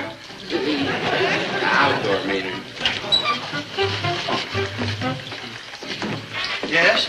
We're here for the party. Well, the entertainers are using the service entrance. No. Dobie Gillis and Maynard Krebs. Gillis and Krebs? Like right. Yeah. Oh, the acrobatic team. Jugglers? Song and dance? Well, then what are you? We're guests. Comedians! Look, we're not kidding. Miss Sabrina Armitage invited us. We're guests. In those costumes? Oh, come now. This jacket was good enough for Wilkie. Yeah, it was good. Maynard. Sir, will you please tell Miss Armitage we're here? Young gentlemen, and I use the term solely out of respect for the uniform I wear. I can't admit you unless you're properly attired. Ooh, if I knew what those words meant, I'd probably be mad. I think he's trying to tell us we're wearing the wrong clothes. Congratulations, sir. You've just broken the sound barrier. Yeah, but the chick said we're dressing. Of course, black tie. Black tie? Black tie. Here they are, madam. Thank you, Trembly. Well, girls, we're having a good time. Par excellence, Mother. Everything's like too square. But you did give in to convention, didn't you, dear? Not completely. Why do they keep her in that exclusive girls' school you attend? They have to. Her father donated the library, the yacht basin, and the coffee house. Oh, nasty trick. Clever, but nasty. Hi, sir. Remember us? Unhappily, yes. Well, Here we are. Like ready to roll. Well, roll! But we did what you said. Black tie. Yeah, we ran home and got him like you said. And to think I once had a chance to go into aluminum siding. We goofed again. You goofed again. But I gotta get in there to see Sabrina. I've got to. Likewise, I got to, too. Ooh, that Venice chick. Yeah. My sympathy for the underdog is rising to plague me once more. In your circles, my young dolts, black tie means, oh, it's such a bourgeois expression, tuxedo. Tuxedo.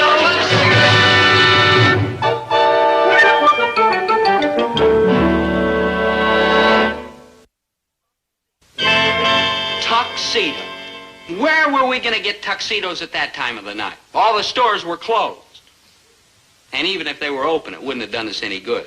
Between us, we had maybe enough money to buy maybe one dickie. No. What we needed was somebody who'd lend us tuxedos. A real friend. Well, not exactly a friend. I think the word is pigeon.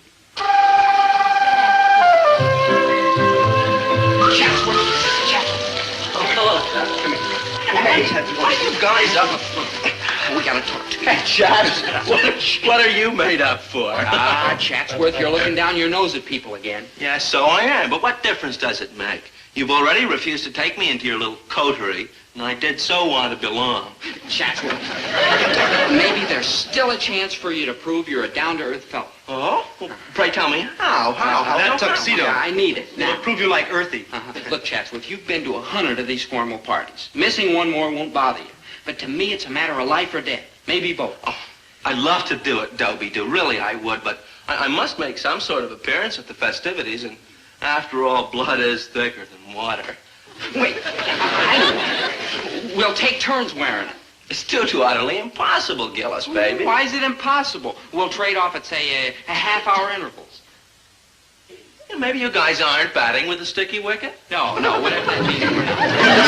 Come aboard and hoi polloi us cats. Fun, yaks, frolics. Uh-huh. We'll teach you the secret grip and everything. Yeah. I'd so love to join your games and sports. I'll do it. Come on, Chatsworth. Now, look, every 30 minutes we'll meet right here and exchange clothes. Just the two of us, right? Right. Wrong. Right. It's like the three of us. Now, wait a minute, Maynard. You No, can't I gotta get in expect that me party, too. Ooh, that Venice West. Maynard, I'll treat you to a week of marshmallow sundaes. Nope, it's gonna be like the three of us. Maynard, I'll do your homework for the next... Okay, like the three of us.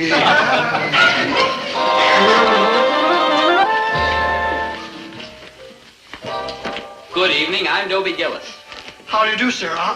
I'm trembling. Don't worry, a good night's sleep will fix you up. Miss Armitage is We'll have none of that,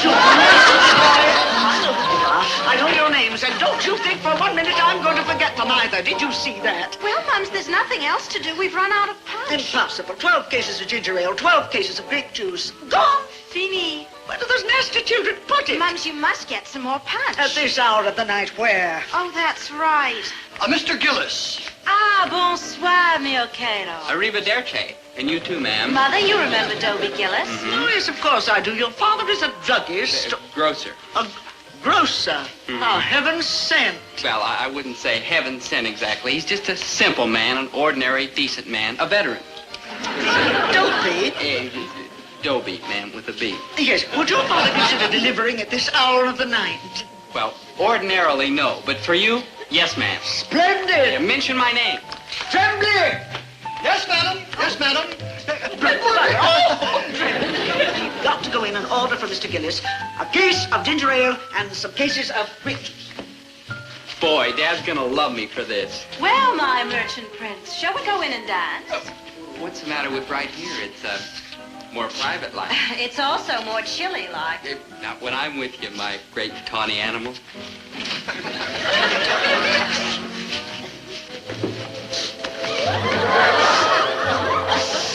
Isn't Dobie's time up yet? 5 minutes ago. I think it's downright unsporting. Give him another psst. He doesn't hear me or won't more likely. You know, man, if this is the way the lower classes comport themselves... Oh, cool it, Dad. Let me try. Psst. Hey, Dobe.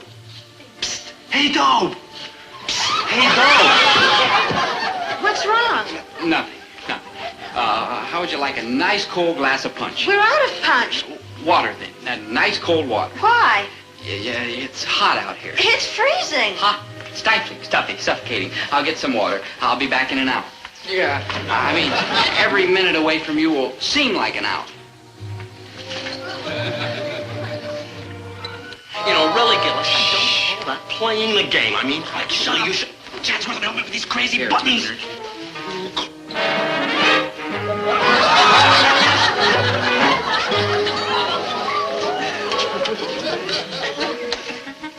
Enchanté, monsieur. I am Maynard G. Krebs. Good evening, sir. I'm Tremblay. Don't worry. A good night's sleep will fix you up.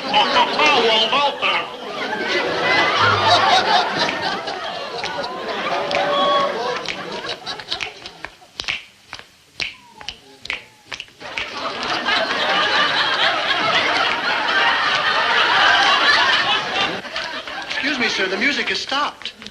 Only for everybody else. True.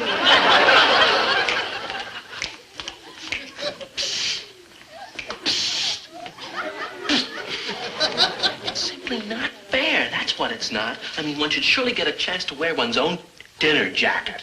Possess your soul in patience, Chatsworth.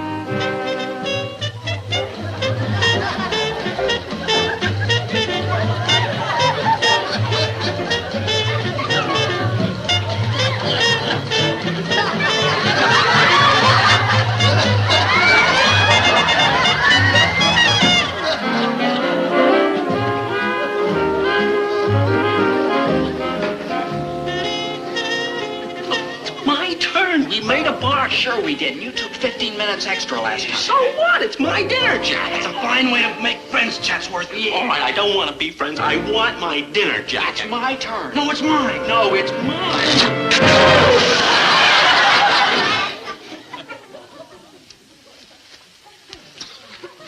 Dobe? Yeah? You got trouble. We all got trouble. Not like you got. No, I don't believe it. I didn't see it. It's a hallucination. That's what it is. It's a hallucination. I'll just close my eyes and it'll all go away. Hi, Dad.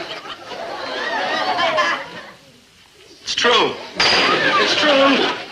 You know Maynard, of course. Of course I know Maynard. That's the kind of luck I got. Yeah, this is I don't care who it is. What are you doing out here stark naked? What's the matter? You finally gone and slipped your trolley completely? Yeah. The biggest house in town, the biggest grocery account in town, the biggest party. I finally get a chance maybe to get into the big dough, and what happens? You're out here running around in your pelt. Then I'll explain the whole thing. Put on some clothes. What? Don't argue with me. Put on some clothes. Take mine, all of you. You're standing around here. No, Dad. Come on, Mr. Dash. You shut up!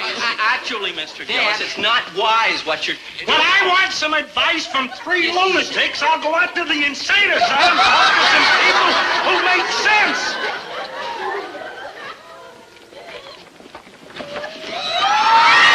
Nasty! Oh, so nasty!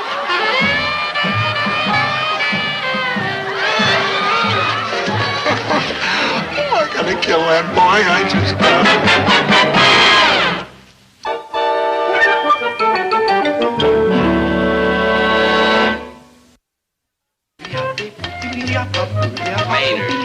Maynard, please. What's the matter with you? Like nothing. I'm happy. Happy. Happy.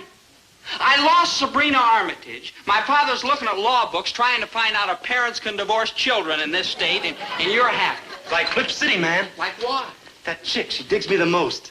You mean Venice West? Yeah. The other night when she saw us standing out there in I can't say it. Drawers, and don't remind me. She thinks I got nice legs. Nice legs? Ready, Catman?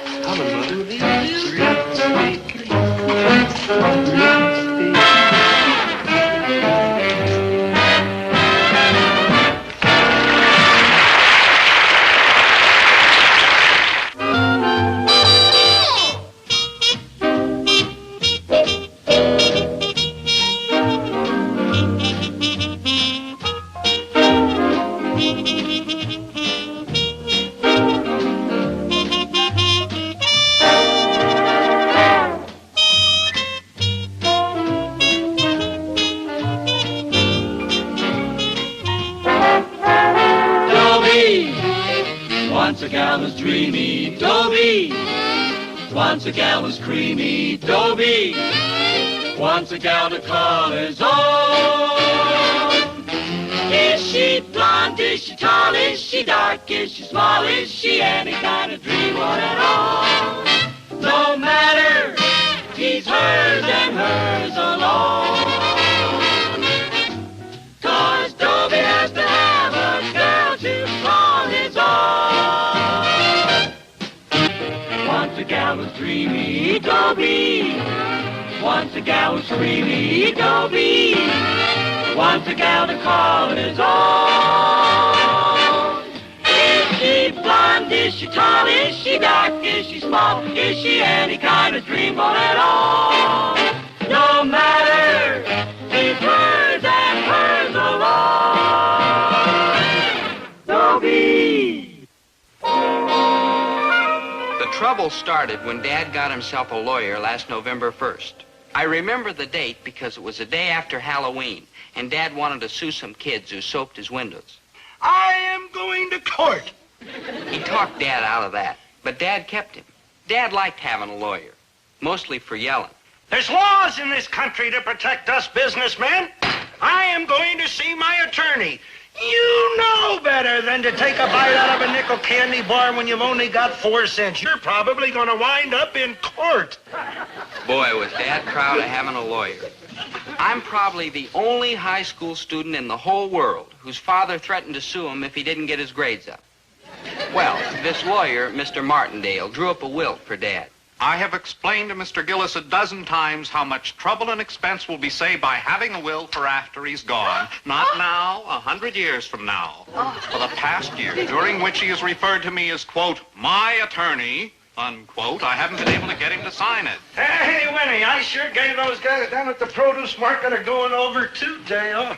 Hello, Martindale.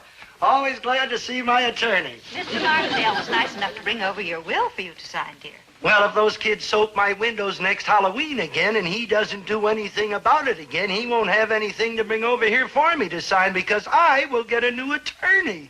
See?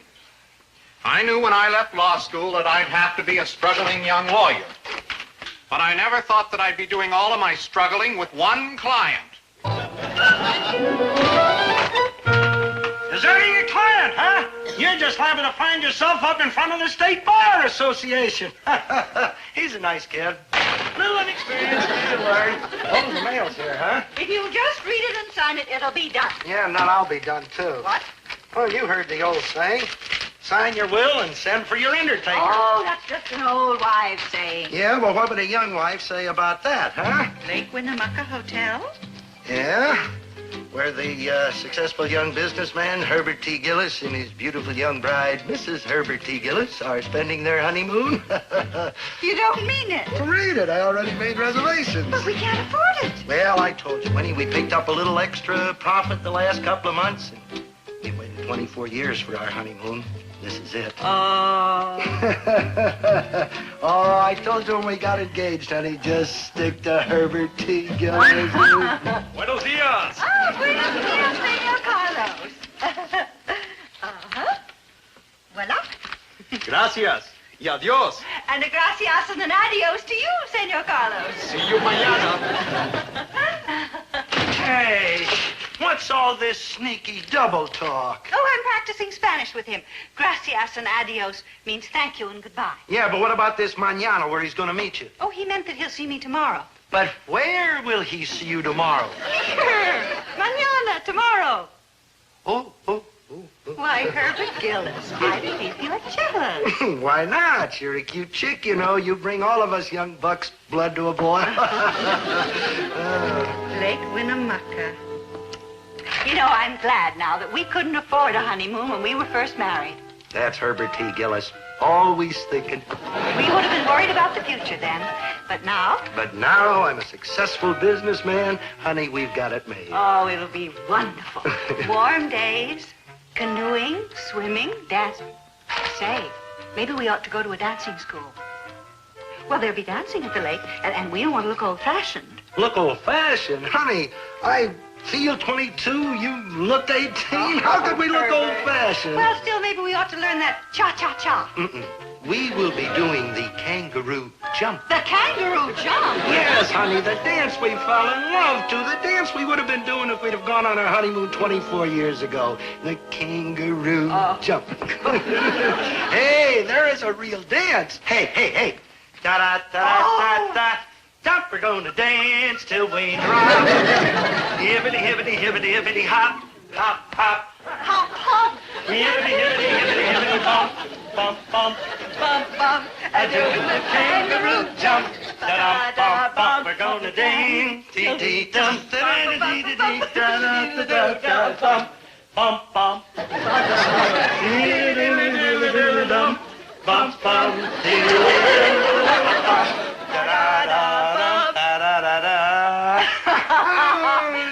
Dobie. Oh. Goodbye, Herbie. Goodbye, Winnie Pooh. Dobie, your mother and I are feeling pretty happy, son. We are going away on our honeymoon. Hold it! Don't let the connection fit. I'm going to close the store while we're gone. You won't have to work. Oh, okay. One thing, Dad. Will you do me a favor? No. If it doesn't cost anything? Yes. Don't tell anybody you're going on your honeymoon, huh? It's pretty embarrassing at my age. Huh? And at your age. At my age? Yeah. Oh, the things you kids don't understand. Boy, I am in my prime. Oh.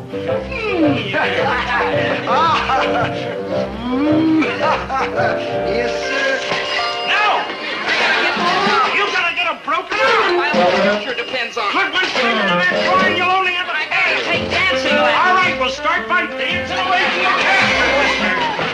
Look, Dad, if you don't let me take dancing lessons, I may never get married, and you'll have me on your hands the rest of your life. But if I learn to dance good, well, I might even marry a rich girl and be self-supporting. I'll admit, that's the only way you'll make it. And girls are very important for that, so I'll tell you what I am going to do. What? I am going to teach you to do the kangaroo jump. The kangaroo jump. You'll have to beat the girls off with an axe handle. I don't want to beat them off. Get a load of this. Da-da-da-da-da-da. We're going to dance till we drop. Hibbity, hibbity, hibbity, hibbity, hop, hop, hop. The only thing I'd get to marry with that dance would be another kangaroo. Mister, that happens to be the dance with which I won your mother. I gotta learn the cha-cha-cha. No! If you haven't got the money right now, maybe you'd let me charge it. Charge it! Thanks, Dad. Oh, I gotta...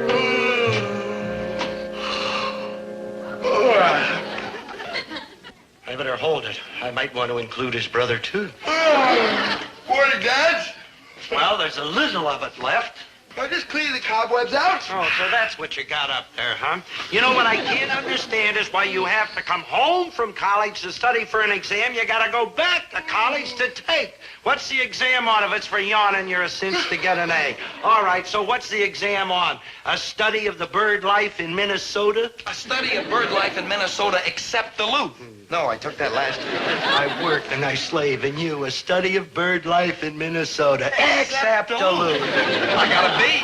A bird could have gotten an A. What's this one on? Primary and secondary trends in international finance. International, too.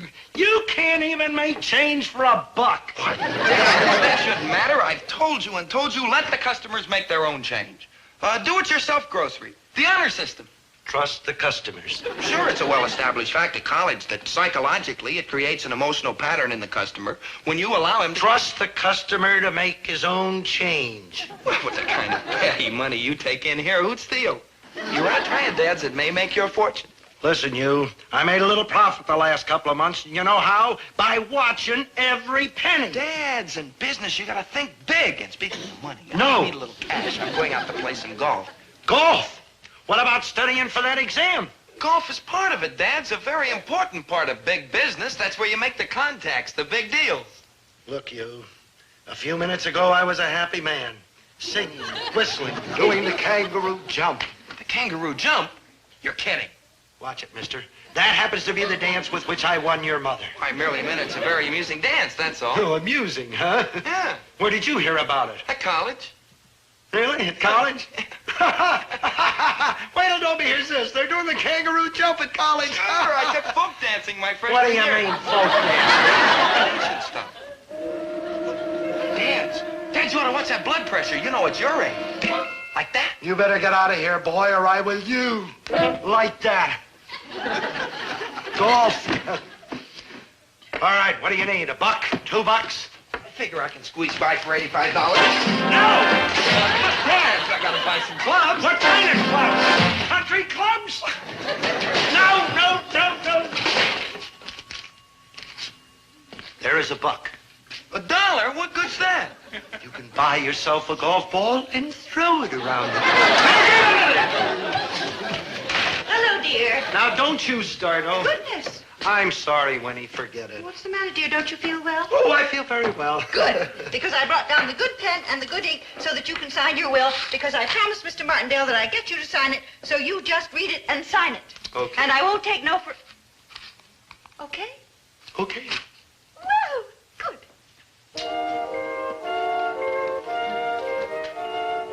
I, Herbert T. Gillis, being of sound mind and memory, and considering the uncertainties of this life, do declare this to be my last will.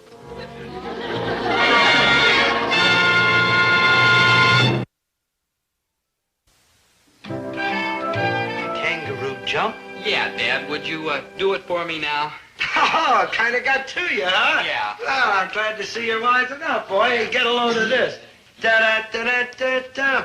Bum, I'm gonna dance till I drop. Hibbity, hibbity, hibbity, hibbity, hop, hop, hop. I'm gonna dance. Okay, man, I'll never doubt your word again. Yeah. Well, thanks, Dad. Bye.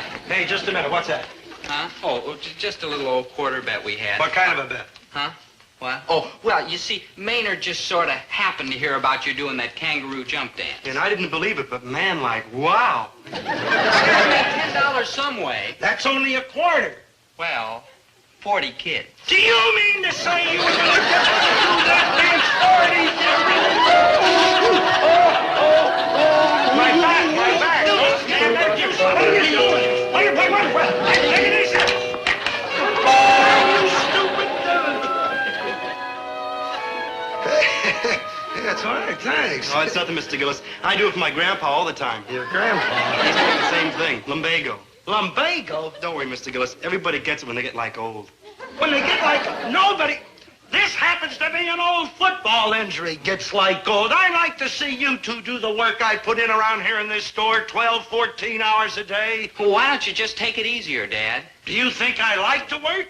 But what am I going to do with a $10 cha-cha-cha son and an $85 golfing son? You could close the grocery and make this like a coffee house. A coffee house, Maynard? This community needs a coffee house. Why, Maynard? So us cats can have someplace to go and sit and protest. And how would I make any money, Maynard? Yeah, but look at all the friends you'd make. Like you, Maynard? You better consider that $10 investment in cha-cha-cha, Dad. I'm only thinking of you. Thinking of me? Sure. Cha-cha-cha, rich girl, retirement. With your back, you need help. Oh, why, you and... Oh, I'm gonna kill her, boy. I just got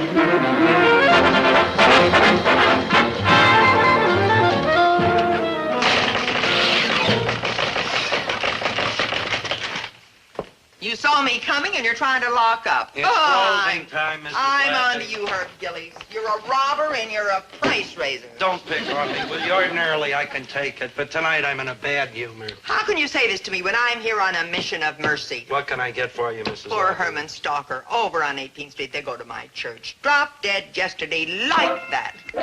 So I want to be a good neighbor and take the poor grieving widow some good homemade soup. So let me have a couple of envelopes of that tomato soup mix. I like vegetable better. Maybe you better make it vegetable. I used to go to school with a kid named Bill Stalker. Oh, Bill was Herman's older brother. He passed away 3 years ago. You couldn't possibly know Herman Stalker. He's years younger than you. Younger? Younger. Like that? Like that. Charge them. 23 cents. These were 22 cents yesterday. 23 cents, Mrs. Lapping. They were 22 cents. They have You'd been rob me 23 when I'm cents trying to... for months. You look me in the eye and try to say they were 23 cents yesterday. They were 23 cents yesterday. Oh, no. You'd see in my eye that I was telling the truth, huh? No. I can see in your eye the same look I saw in poor Herman Stalker's eye last week. Oh, you poor man. Like that.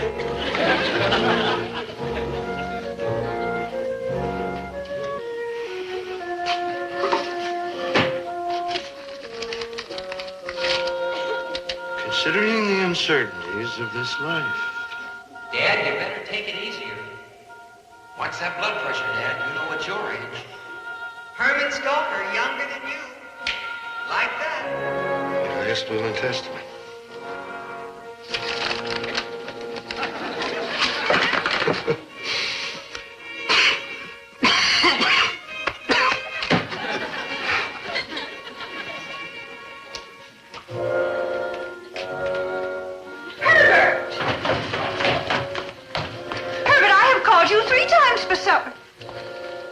Why, you haven't even closed up yet. I didn't feel strong enough to carry in the newspaper rack. What's wrong, dear? A chill? What is it? Everything. Oh, Winnie. Why, Herbert, darling, what's wrong? Oh, I just feel awful. All over. I feel old and tired. That will. Is that what brought all this on? Well, it made me realize how old I am and what a failure I've been. Winnie, I ain't got anything to leave you except a little GI veteran insurance. Now, Herbert, you stop that. Hardly enough insurance to bury me with. Probably not even enough the way prices have gone up. You're liable to have to leave me above ground. Oh, I gotta face it, Winnie. At my age, it could happen like that. And then what'll happen to you when I'm not here to take care of you? You'll wind up on relief. Why? Because I ain't got anything to leave you. You have quite a lot to leave me. 2 fine boys. I forgot about them. You'll have to support yourself in them, too. Herbert, they are fine boys. Winnie, you've got to promise me one thing. After I'm gone, you'll marry again. Why, I wouldn't think of such a thing. Winnie, I won't rest easy unless you promise. Now, promise me you'll marry again, please. Well, all right, I'll promise if it will make you come upstairs and have your supper. Thank you. Who? Who? Who you got in mind? That's who. I got you in mind. Well, I'll rest easier knowing you'll be taken care of. You're a striking woman, Winnie, and you can get somebody real easy. Probably some big shot, not an old failure like me. Some fella who could die and leave you all the things that I keep. Now, upstairs.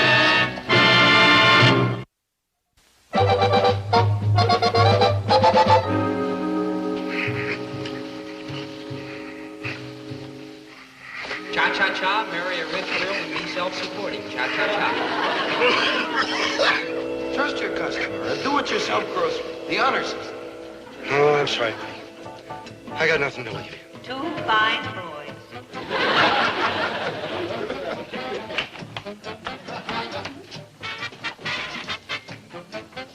What's going on here? Can anybody hear me? Hey!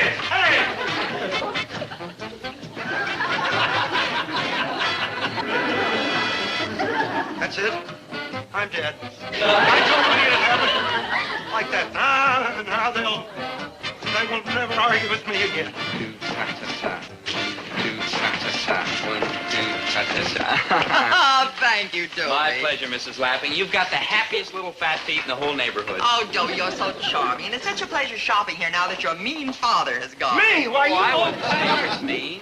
That a Of course, it's boy. true, but I wouldn't say it. Why didn't I Shall we try it again, Mrs. Lapping?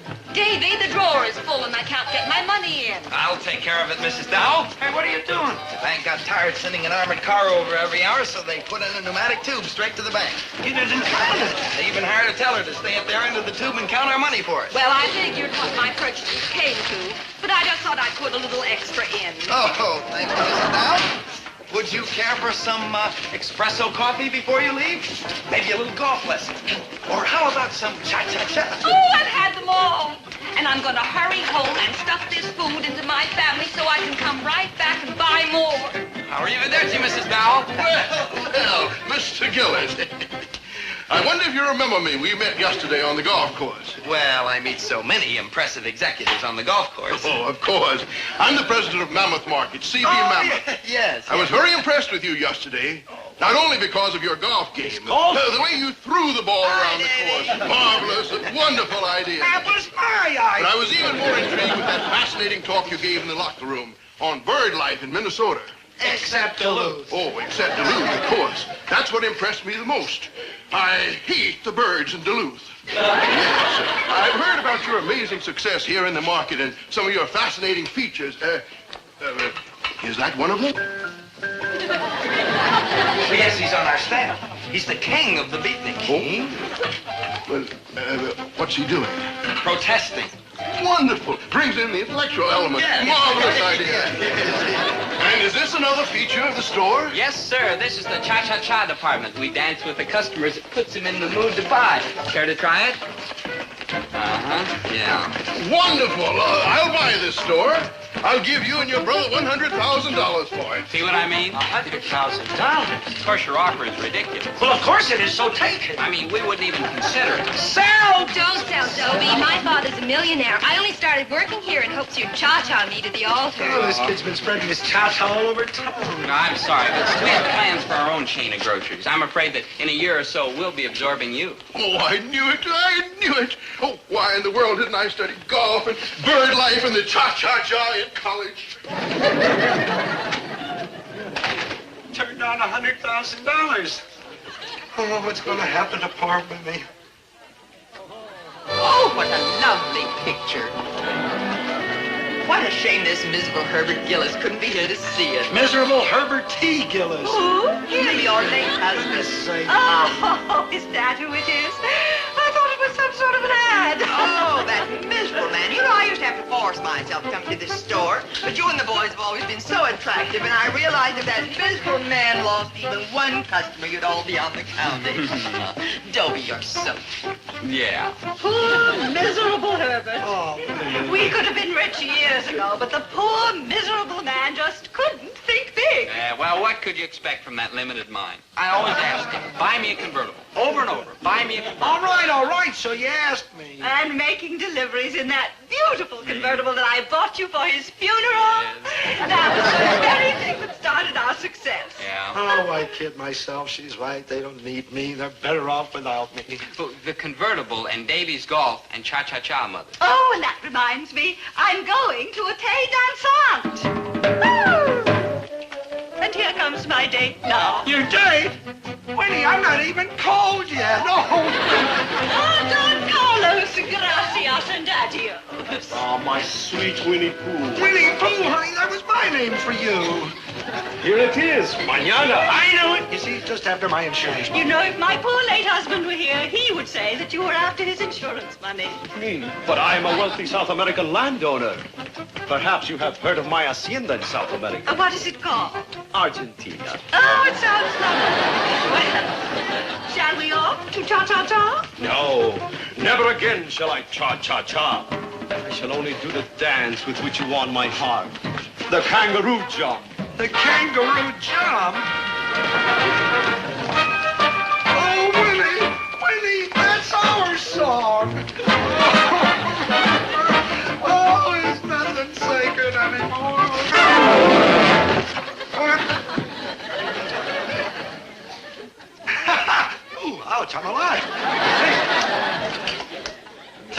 What's happening to the store? Look, I've been here a half hour. Can you get me out of here, Hold please? your horses. I've been waiting here longer than you. We are doing the best we can. Where are the anchovies, Mama? Lady wants don't anchovies know, and dear. I can't find I'm them. sorry. What's going on here? Oh, Herbert, darling, I wanted you to get all the rest that you could, and I thought that the boys and I could handle the store. We did our best, Dad. Don't get sore, Dad. Sore? Why should I get sore? You are my family. And this is the best thing that ever happened to you. Now, you know, it takes brains to run this store. Brains and guts and American ingenuity.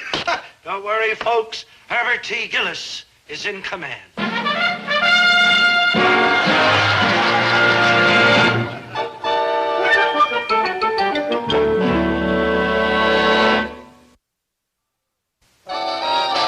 You know, I learned something today, Winnie. You are only young once. And I learned something else. What? Once is enough.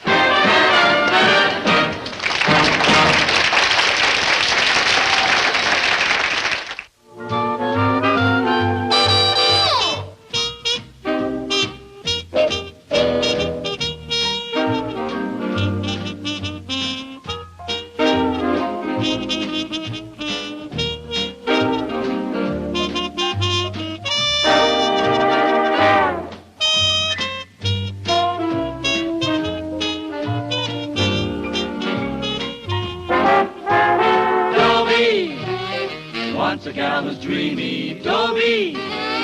Once a gal was creamy, Dobie. Once a gal to call his own. Is she blonde? Is she tall? Is she dark? Is she small? Is she any kind of dream or at all?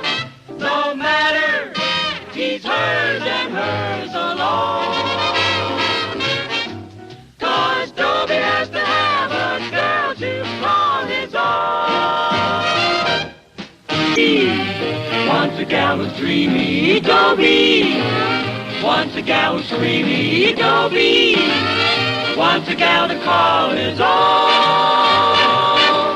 Is she blonde? Is she tall? Is she dark? Is she small? Is she any kind of dreamboat at all? No matter, he's hers and hers alone. Dobie. My father can't understand why I don't like work. What's so hard to understand? Some people don't like artichokes or bow ties or Wyatt Earp. I mean, this is a free country, and we all have the right to dislike something. And my choice happens to be work. Now, my father happens not to like rock and roll. Okay, that's his privilege. Do I try to change his mind? Of course not. So how come he doesn't get off my back?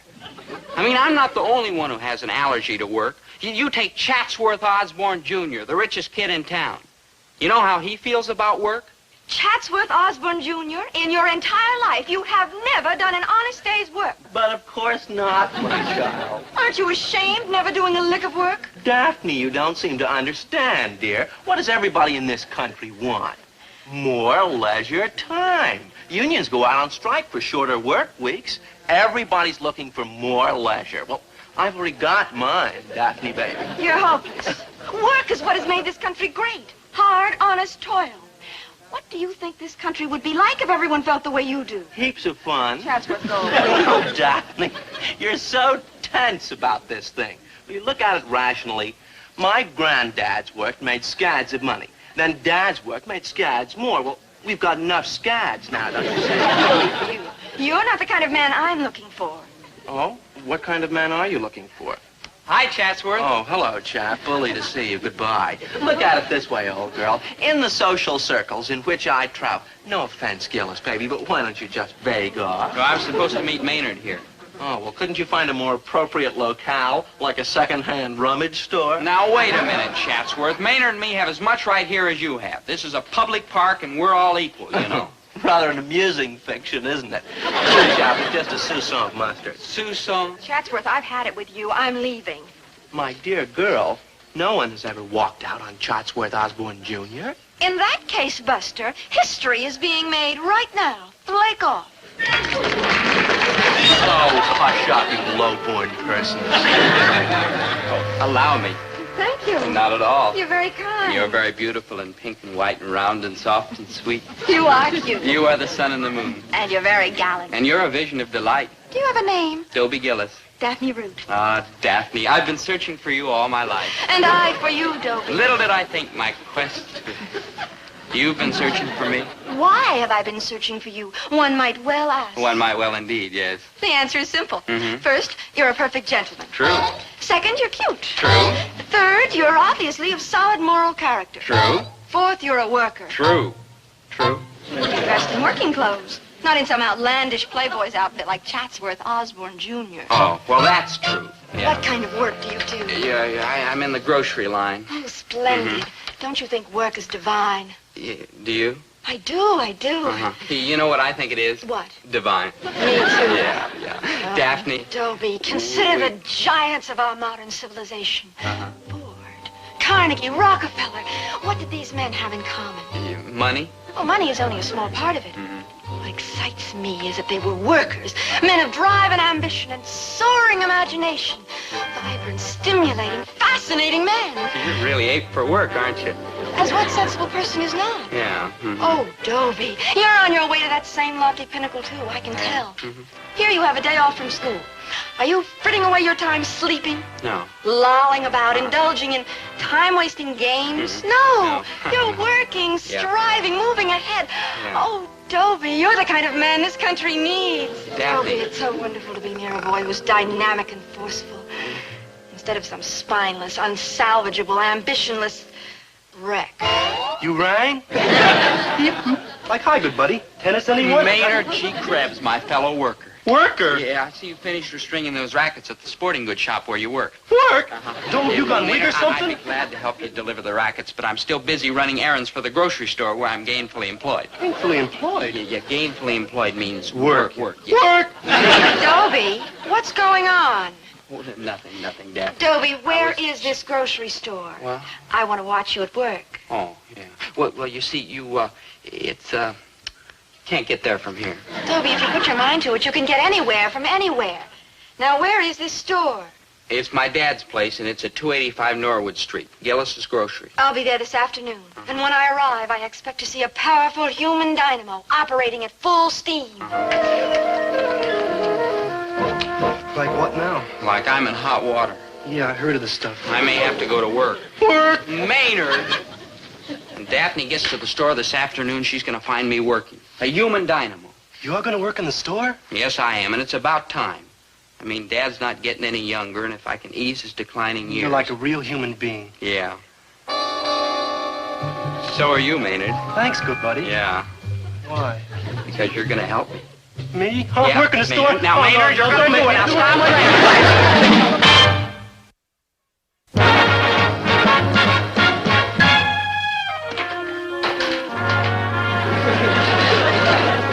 So this is work, huh? Right. No, it ain't so tough. Naturally, I'm doing it all. Oh, you're okay in my book, good buddy. Maynard, get to work. Work? Come back here. Look, start dusting. When Daphne gets here, we've got to look like we're getting a kick out of this. I got like a better idea. What? Let's quit. Quit? Good thinking. Maynard! Come back. Well, I gotta? You like gotta. Like why? Because we're like friends. Right now, I wish we was like enemies. Maynard, I have just begun my campaign to win Daphne. And there's an old saying, quitters never win and winners never quit. Quitters never win and winners never quit. Quitters never win and winners never quit. Must be a pretty old saying, man. It ain't got no beat. No. But when Daphne walks in, she's going to think you and I are running the happiest store in town. Well, here I am, ready to be shipped by the Gillis grocery store again. Oh, hello, Mrs. Kinney. I'm reporting this place to the police. What? What? Police? What service? Huh? What prices? What a way to Kinney. treat customers. Mrs. What a Kinney. time to like cut out. Maynard! And where's that sneaky father of yours? Where's that scoundrel hiding? Oh, he went to a meeting over at the Legion Hall. Ah, where I can't lay my hands on him. The sniveling coward.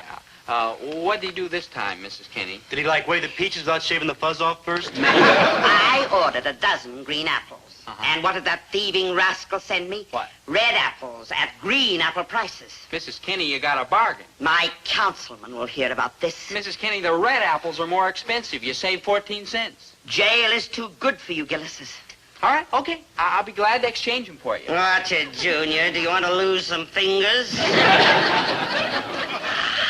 I say 14 cents. Yeah. I tell you, they had to get up early in the morning to fool Blossom Kenny. Yeah, you belong on Wall Street, Mrs. Kenny. Tell me, what can I do for you today, Mrs. Kenny? I want this sirloin ground. Oh, I can't do that, Mrs. Kenny. You didn't buy it from us.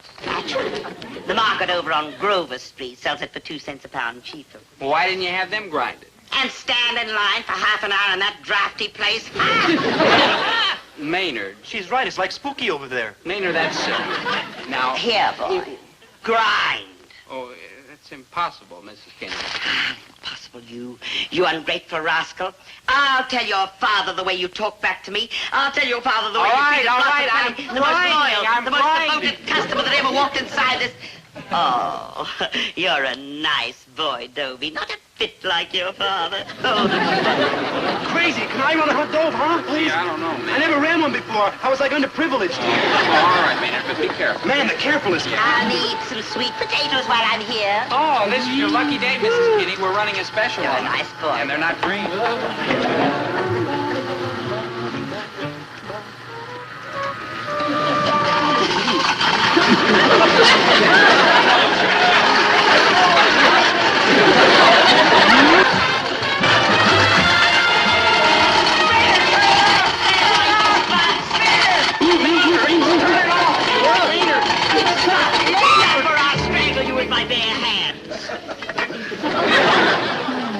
But a crazy pencil sharpener. Maynard! I'm reporting this to the district attorney. Oh, Mrs. Kenny, wait. I've got friends in high places. Please, Mrs. Kenny, it was an accident. They happen to me all the time. I'll turn this market into a bowling alley. Daphne. Daphne? Daphne? Yeah. Let me go, you awful boy. Mrs. Kenny, take your choice of anything in the freezer. The mayor will hear about this. Yeah, take any cut of meat. It's on the house. The governor will hear... Anything in the freezer? Anything in the freezer, yes. Maynard, you're in charge. Like me? Like you. Ooh, I'm like dead. Putting it mildly, I'd say things weren't going exactly right. I mean, Daphne was coming through the door. Mrs. Kenny was in the freezer. And I was in the soup. Dobie. Hi, Daphne. Hi, Maynard. Like hi. Let's go. Go. I haven't even had time to see the store. Oh, well, there's not much to see. Just an ordinary store. 37 cents. Come on, we'll take a walk in the park. Dobie, if you're working, how can you just walk out in the middle of the day? Oh, good question. Yeah. Yeah, well, I can leave because I'm not working here anymore. I just quit. You quit? Yeah, this job didn't offer enough challenge to a man of my ability. Where do you go from here? From here? The next job, the next rung upward on the ladder. Oh, well, I thought I'd take my time and look around, you know, kind of run some ideas up the flagpole and see if anybody salutes them, and then in a few months... Why, wait. What? Oh, my father could put you to work right away. Your father? Work? Me? Root Shoe Store, you've heard our motto. Put your feet in our hands. I've heard it, yeah. Our store's just up the street. You could start selling shoes tomorrow. Me selling shoes? Selling shoes is only a beginning. Yeah. From there, you'll work your way up. And up and up. With shoes, that's the only way to go. Daddy's looking for bright young men. Show them you can make good, and the first thing you know, you'll be a supervisor. Yeah. An assistant manager. Then manager. Yeah. Then a shoe tycoon like he is. In footwear circles, he's known as the king of the 798 composite sole. Oh, me selling shoes? I'll see you at 9 o'clock tomorrow morning at the store. Yeah. And after work, if you're as sensational as I know you can be, we'll go out and celebrate. Oh. Just the two of us. Now you're talking. Goodbye, my chairman of the board. Farewell, my queen of hearts. Me selling shoes?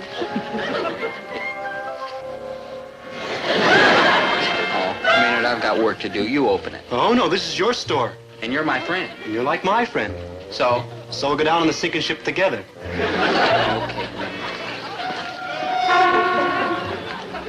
I wonder if the Foreign Legion accepts 17-year-old enlistees. Thank you, Dobie. I'm going to call the FBI. I'm going to call the city council. I'm going to call anyone. Thank you, Mrs. Kinney. Thank you. Thank you for your father. Thank you very much, Dobie. Dobe, what's your father going to say when he finds all that stuff missing? I know exactly what he's going to say. No, Maynard, my mind's made up. I'm due at the shoe store in 15 minutes, and that's the way it's going to be. But a job, Dobe. Taking a job for a chick. That's like the ultimate supreme sacrifice. Ultimate Yeah, supreme. I heard them words in a movie I saw the other night. Oh. Just before this Joker takes off for the moon in a celluloid. Man, that satellite made it. Yeah, satellite. Man, what a gasser of a movie. The monster that devoured Cleveland. Maynard, you've got an entirely mixed up idea about the importance of labor. Why, do you have any idea what the world would be without work? Unemployed. Now listen, every person, every animal has a certain job to do or everything would fall apart. Now take beavers. Oh, you see, mean the way they build them little wooden dams and like that? That's right, Maynard. They keep rivers from overflowing. Yeah, and bees. Now, they cart that pollen around and keep America green and golden. Right, Maynard, right. Yeah, and now, horses. Horses? Yeah, they gallop around and keep the racetrack from coming up empty. That's not what I meant. Yeah, and butterflies. They keep them nature study cats from running around slapping their nets of hollow air. Yeah, and take bears. If they wasn't around to make rugs out of, babies have to get their pictures taken laying on that cold floor. Now that's yeah, or chickens. Maynard. Bacon Look. just laying there for breakfast without no eggs to keep it company. Yeah, and pigs. Oh, eggs just laying there with no bacon to keep it company. Maynard, enough! Enough!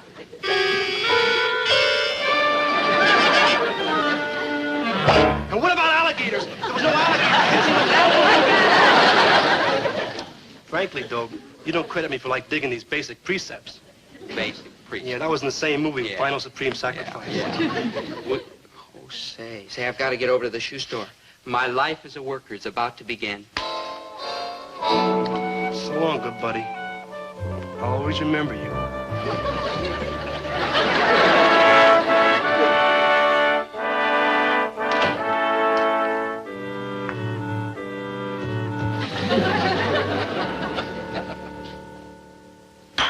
Morning, Moms. Oh, Chatsworth, must you be so unsanitary this early in the morning? Sorry, Mom. No, your father had that same nasty habit. Another croquet ball, Fidelio. Four! Oh, smashing shot, Moms. But be careful you don't break anything. Oh, what difference does it make? Unless the ball travels more than 3.5 miles in any direction, whatever we break is ours.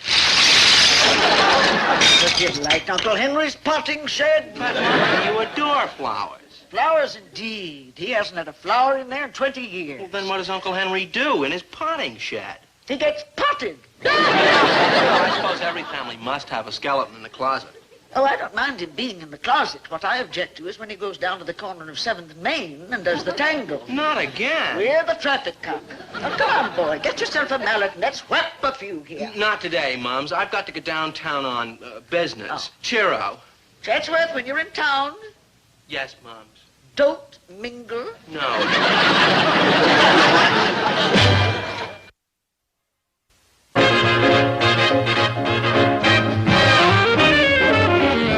Hi, Daphne. Oh, Dobie, Daddy and I have been waiting for you. Oh, I'm sorry, Daphne. The bus was late. Never rely on mechanical transportation, young man. Use the feet. That's what they're for. Oh, I do, sir. I wouldn't think of walking anywhere without him. Daddy, this is Dobie Gillis. Yes. The boy I was telling you about. Mm-hmm. How do you do, sir? Well, the handshake is rather weak. I presume that your feet are in better condition. Oh, they're tip-top. For feet, that is. Yeah, and so do work.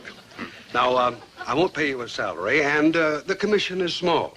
But you've got a great opportunity to... Hi-ho there, gang. Chatsworth. What are you doing here, Chatsworth? Daphne, my dear, I could scarcely sleep last night for thinking of you. I mean, I just tossed and turned till just all hours in my expensive Louis XIV bed. Little sympathy isn't going to help, Chatsworth. I've told you, the only kind of a boy I can respect is one who's willing to pitch in and work. Namely me. But that's precisely why I'm here, my kitten. For you, I will work. It's a madcap idea, all right, but we Osborns are notorious daredevils. Chatsworth, how marvelous of you. Yes, isn't it, though? Well, daughter, at last the money that I spent on braces so your teeth could come in straight is coming home to roost. Oh, wait a minute. This isn't fair. I was here first. Chatsworth is entitled to a chance, too. In some circles, it's called sportsmanship, or didn't you know? You I'm ignoring. Well, anyhow, we still have our date tonight. Maybe yes and maybe no. What did Daphne? You promised. Tonight, I'm going out with a boy who sells the most shoes. Bully. Oh, wait a minute. What's What the kind matter, of a... Gillis, baby? You afraid of a smidgen of competition? Me afraid of you, Chatsworth Osborne Jr.? Ha! Bring on those customers. Oh, ladies. Why, it's an honor to serve two such charming creatures. Will you have a seat, please?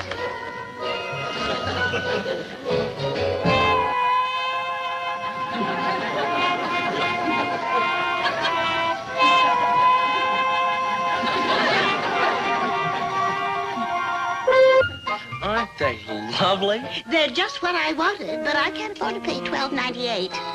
Could you afford, say, $8.98? Well- $6.98. Oh. Name your price. $3.98? So. Oh, wonderful. I'll have another pair for my sister-in-law.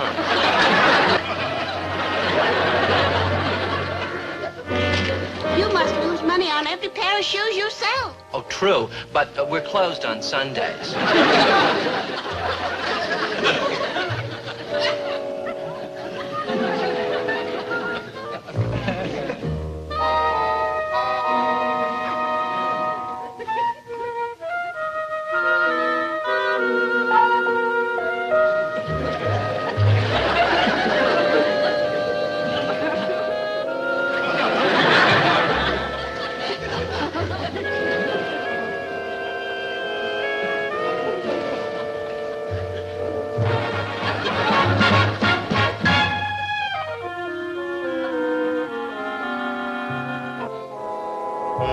I told the whole neighborhood about your divine bargains. And you were so right. I'll take 4 pairs. And I'll take a few more pairs for my other sister-in-law. The more the merrier. We aim to please. Now, that'll be $3.98 a pair. We'll buy a full dozen if you'll make it $3 even. It's a deal. God, madam, what a shrewd bargainer you are.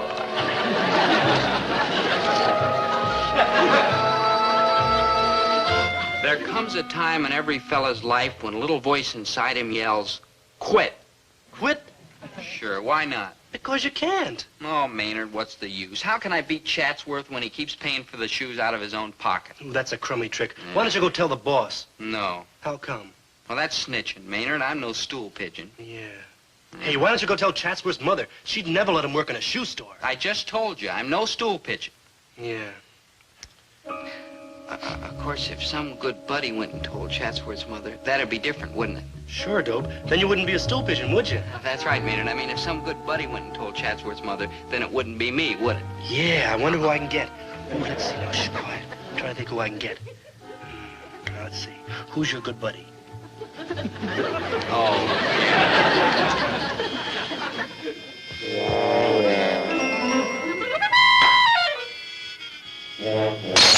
Oh, drat. What in the world is that? Like a fella. Well, not very like. Fidelia, take this derelict around to the back door and have the cook give him a warm meal. You'll work, of course. Work? Look, Mrs. Osborne, I didn't come for a meal. I came to tell you about Chatsworth. Oh? He's like your son. I know who he is, nasty fellow. What is it you want to tell me? He's like in trouble. Oh, that's impossible. School isn't in session. He's like out of job. Good heavens. Like selling shoes. Oh, how nasty. Yeah, you ought to see him down there at Ruth's shoe store. Fitting and measuring and fitting and now, lacing. I should be quite ill. Oh, Fidelia. Bring the car around to the west gate. Make it a fast one with a siren. You get around to the kitchen and have the cook give you a warm meal and some clothes.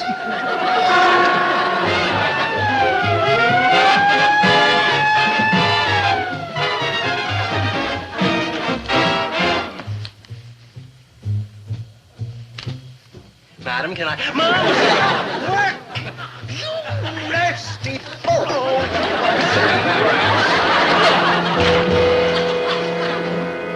Yeah, it was like living through another San Francisco earthquake. It was scary.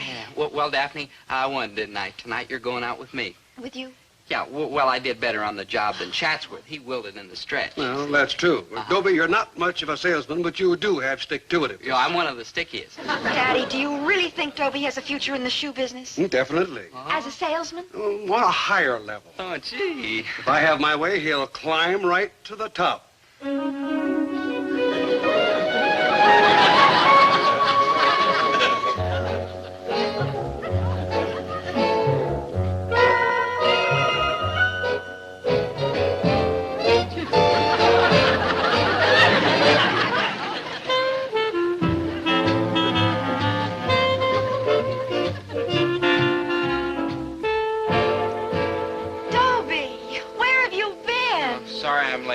me, but after I finished unpacking the crates and dusting the shelves, your father made me clean out the storeroom. I'm bushed. You learn to take it in your stride. Now, where should we go tonight? Tonight? Go? There's a dance at the Civic. Dobie. I'll never look at another shoe again. Right, left. Dobie. Dobie. You know, working chaps are all right in the daytime, but at night, you just can't beat us playboys.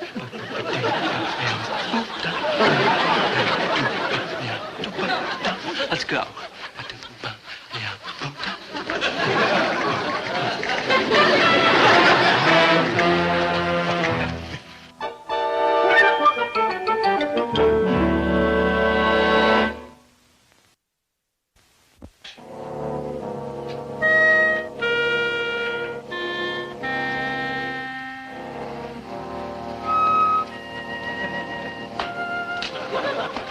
Night. Daphne. I want to explain. Yeah, I'm sorry. I must have dozed off. Are you ready to go to the dance? Well, to tell you the truth, Dobie, I don't feel much like dancing right now. Really? I'm a little tired. Aren't you? Yeah, considerate. That's what you are, Daphne. Gee, you're the most understanding girl in the world. You're very sweet, too, Dobie. Yeah. Well, good night. Good night, Daphne.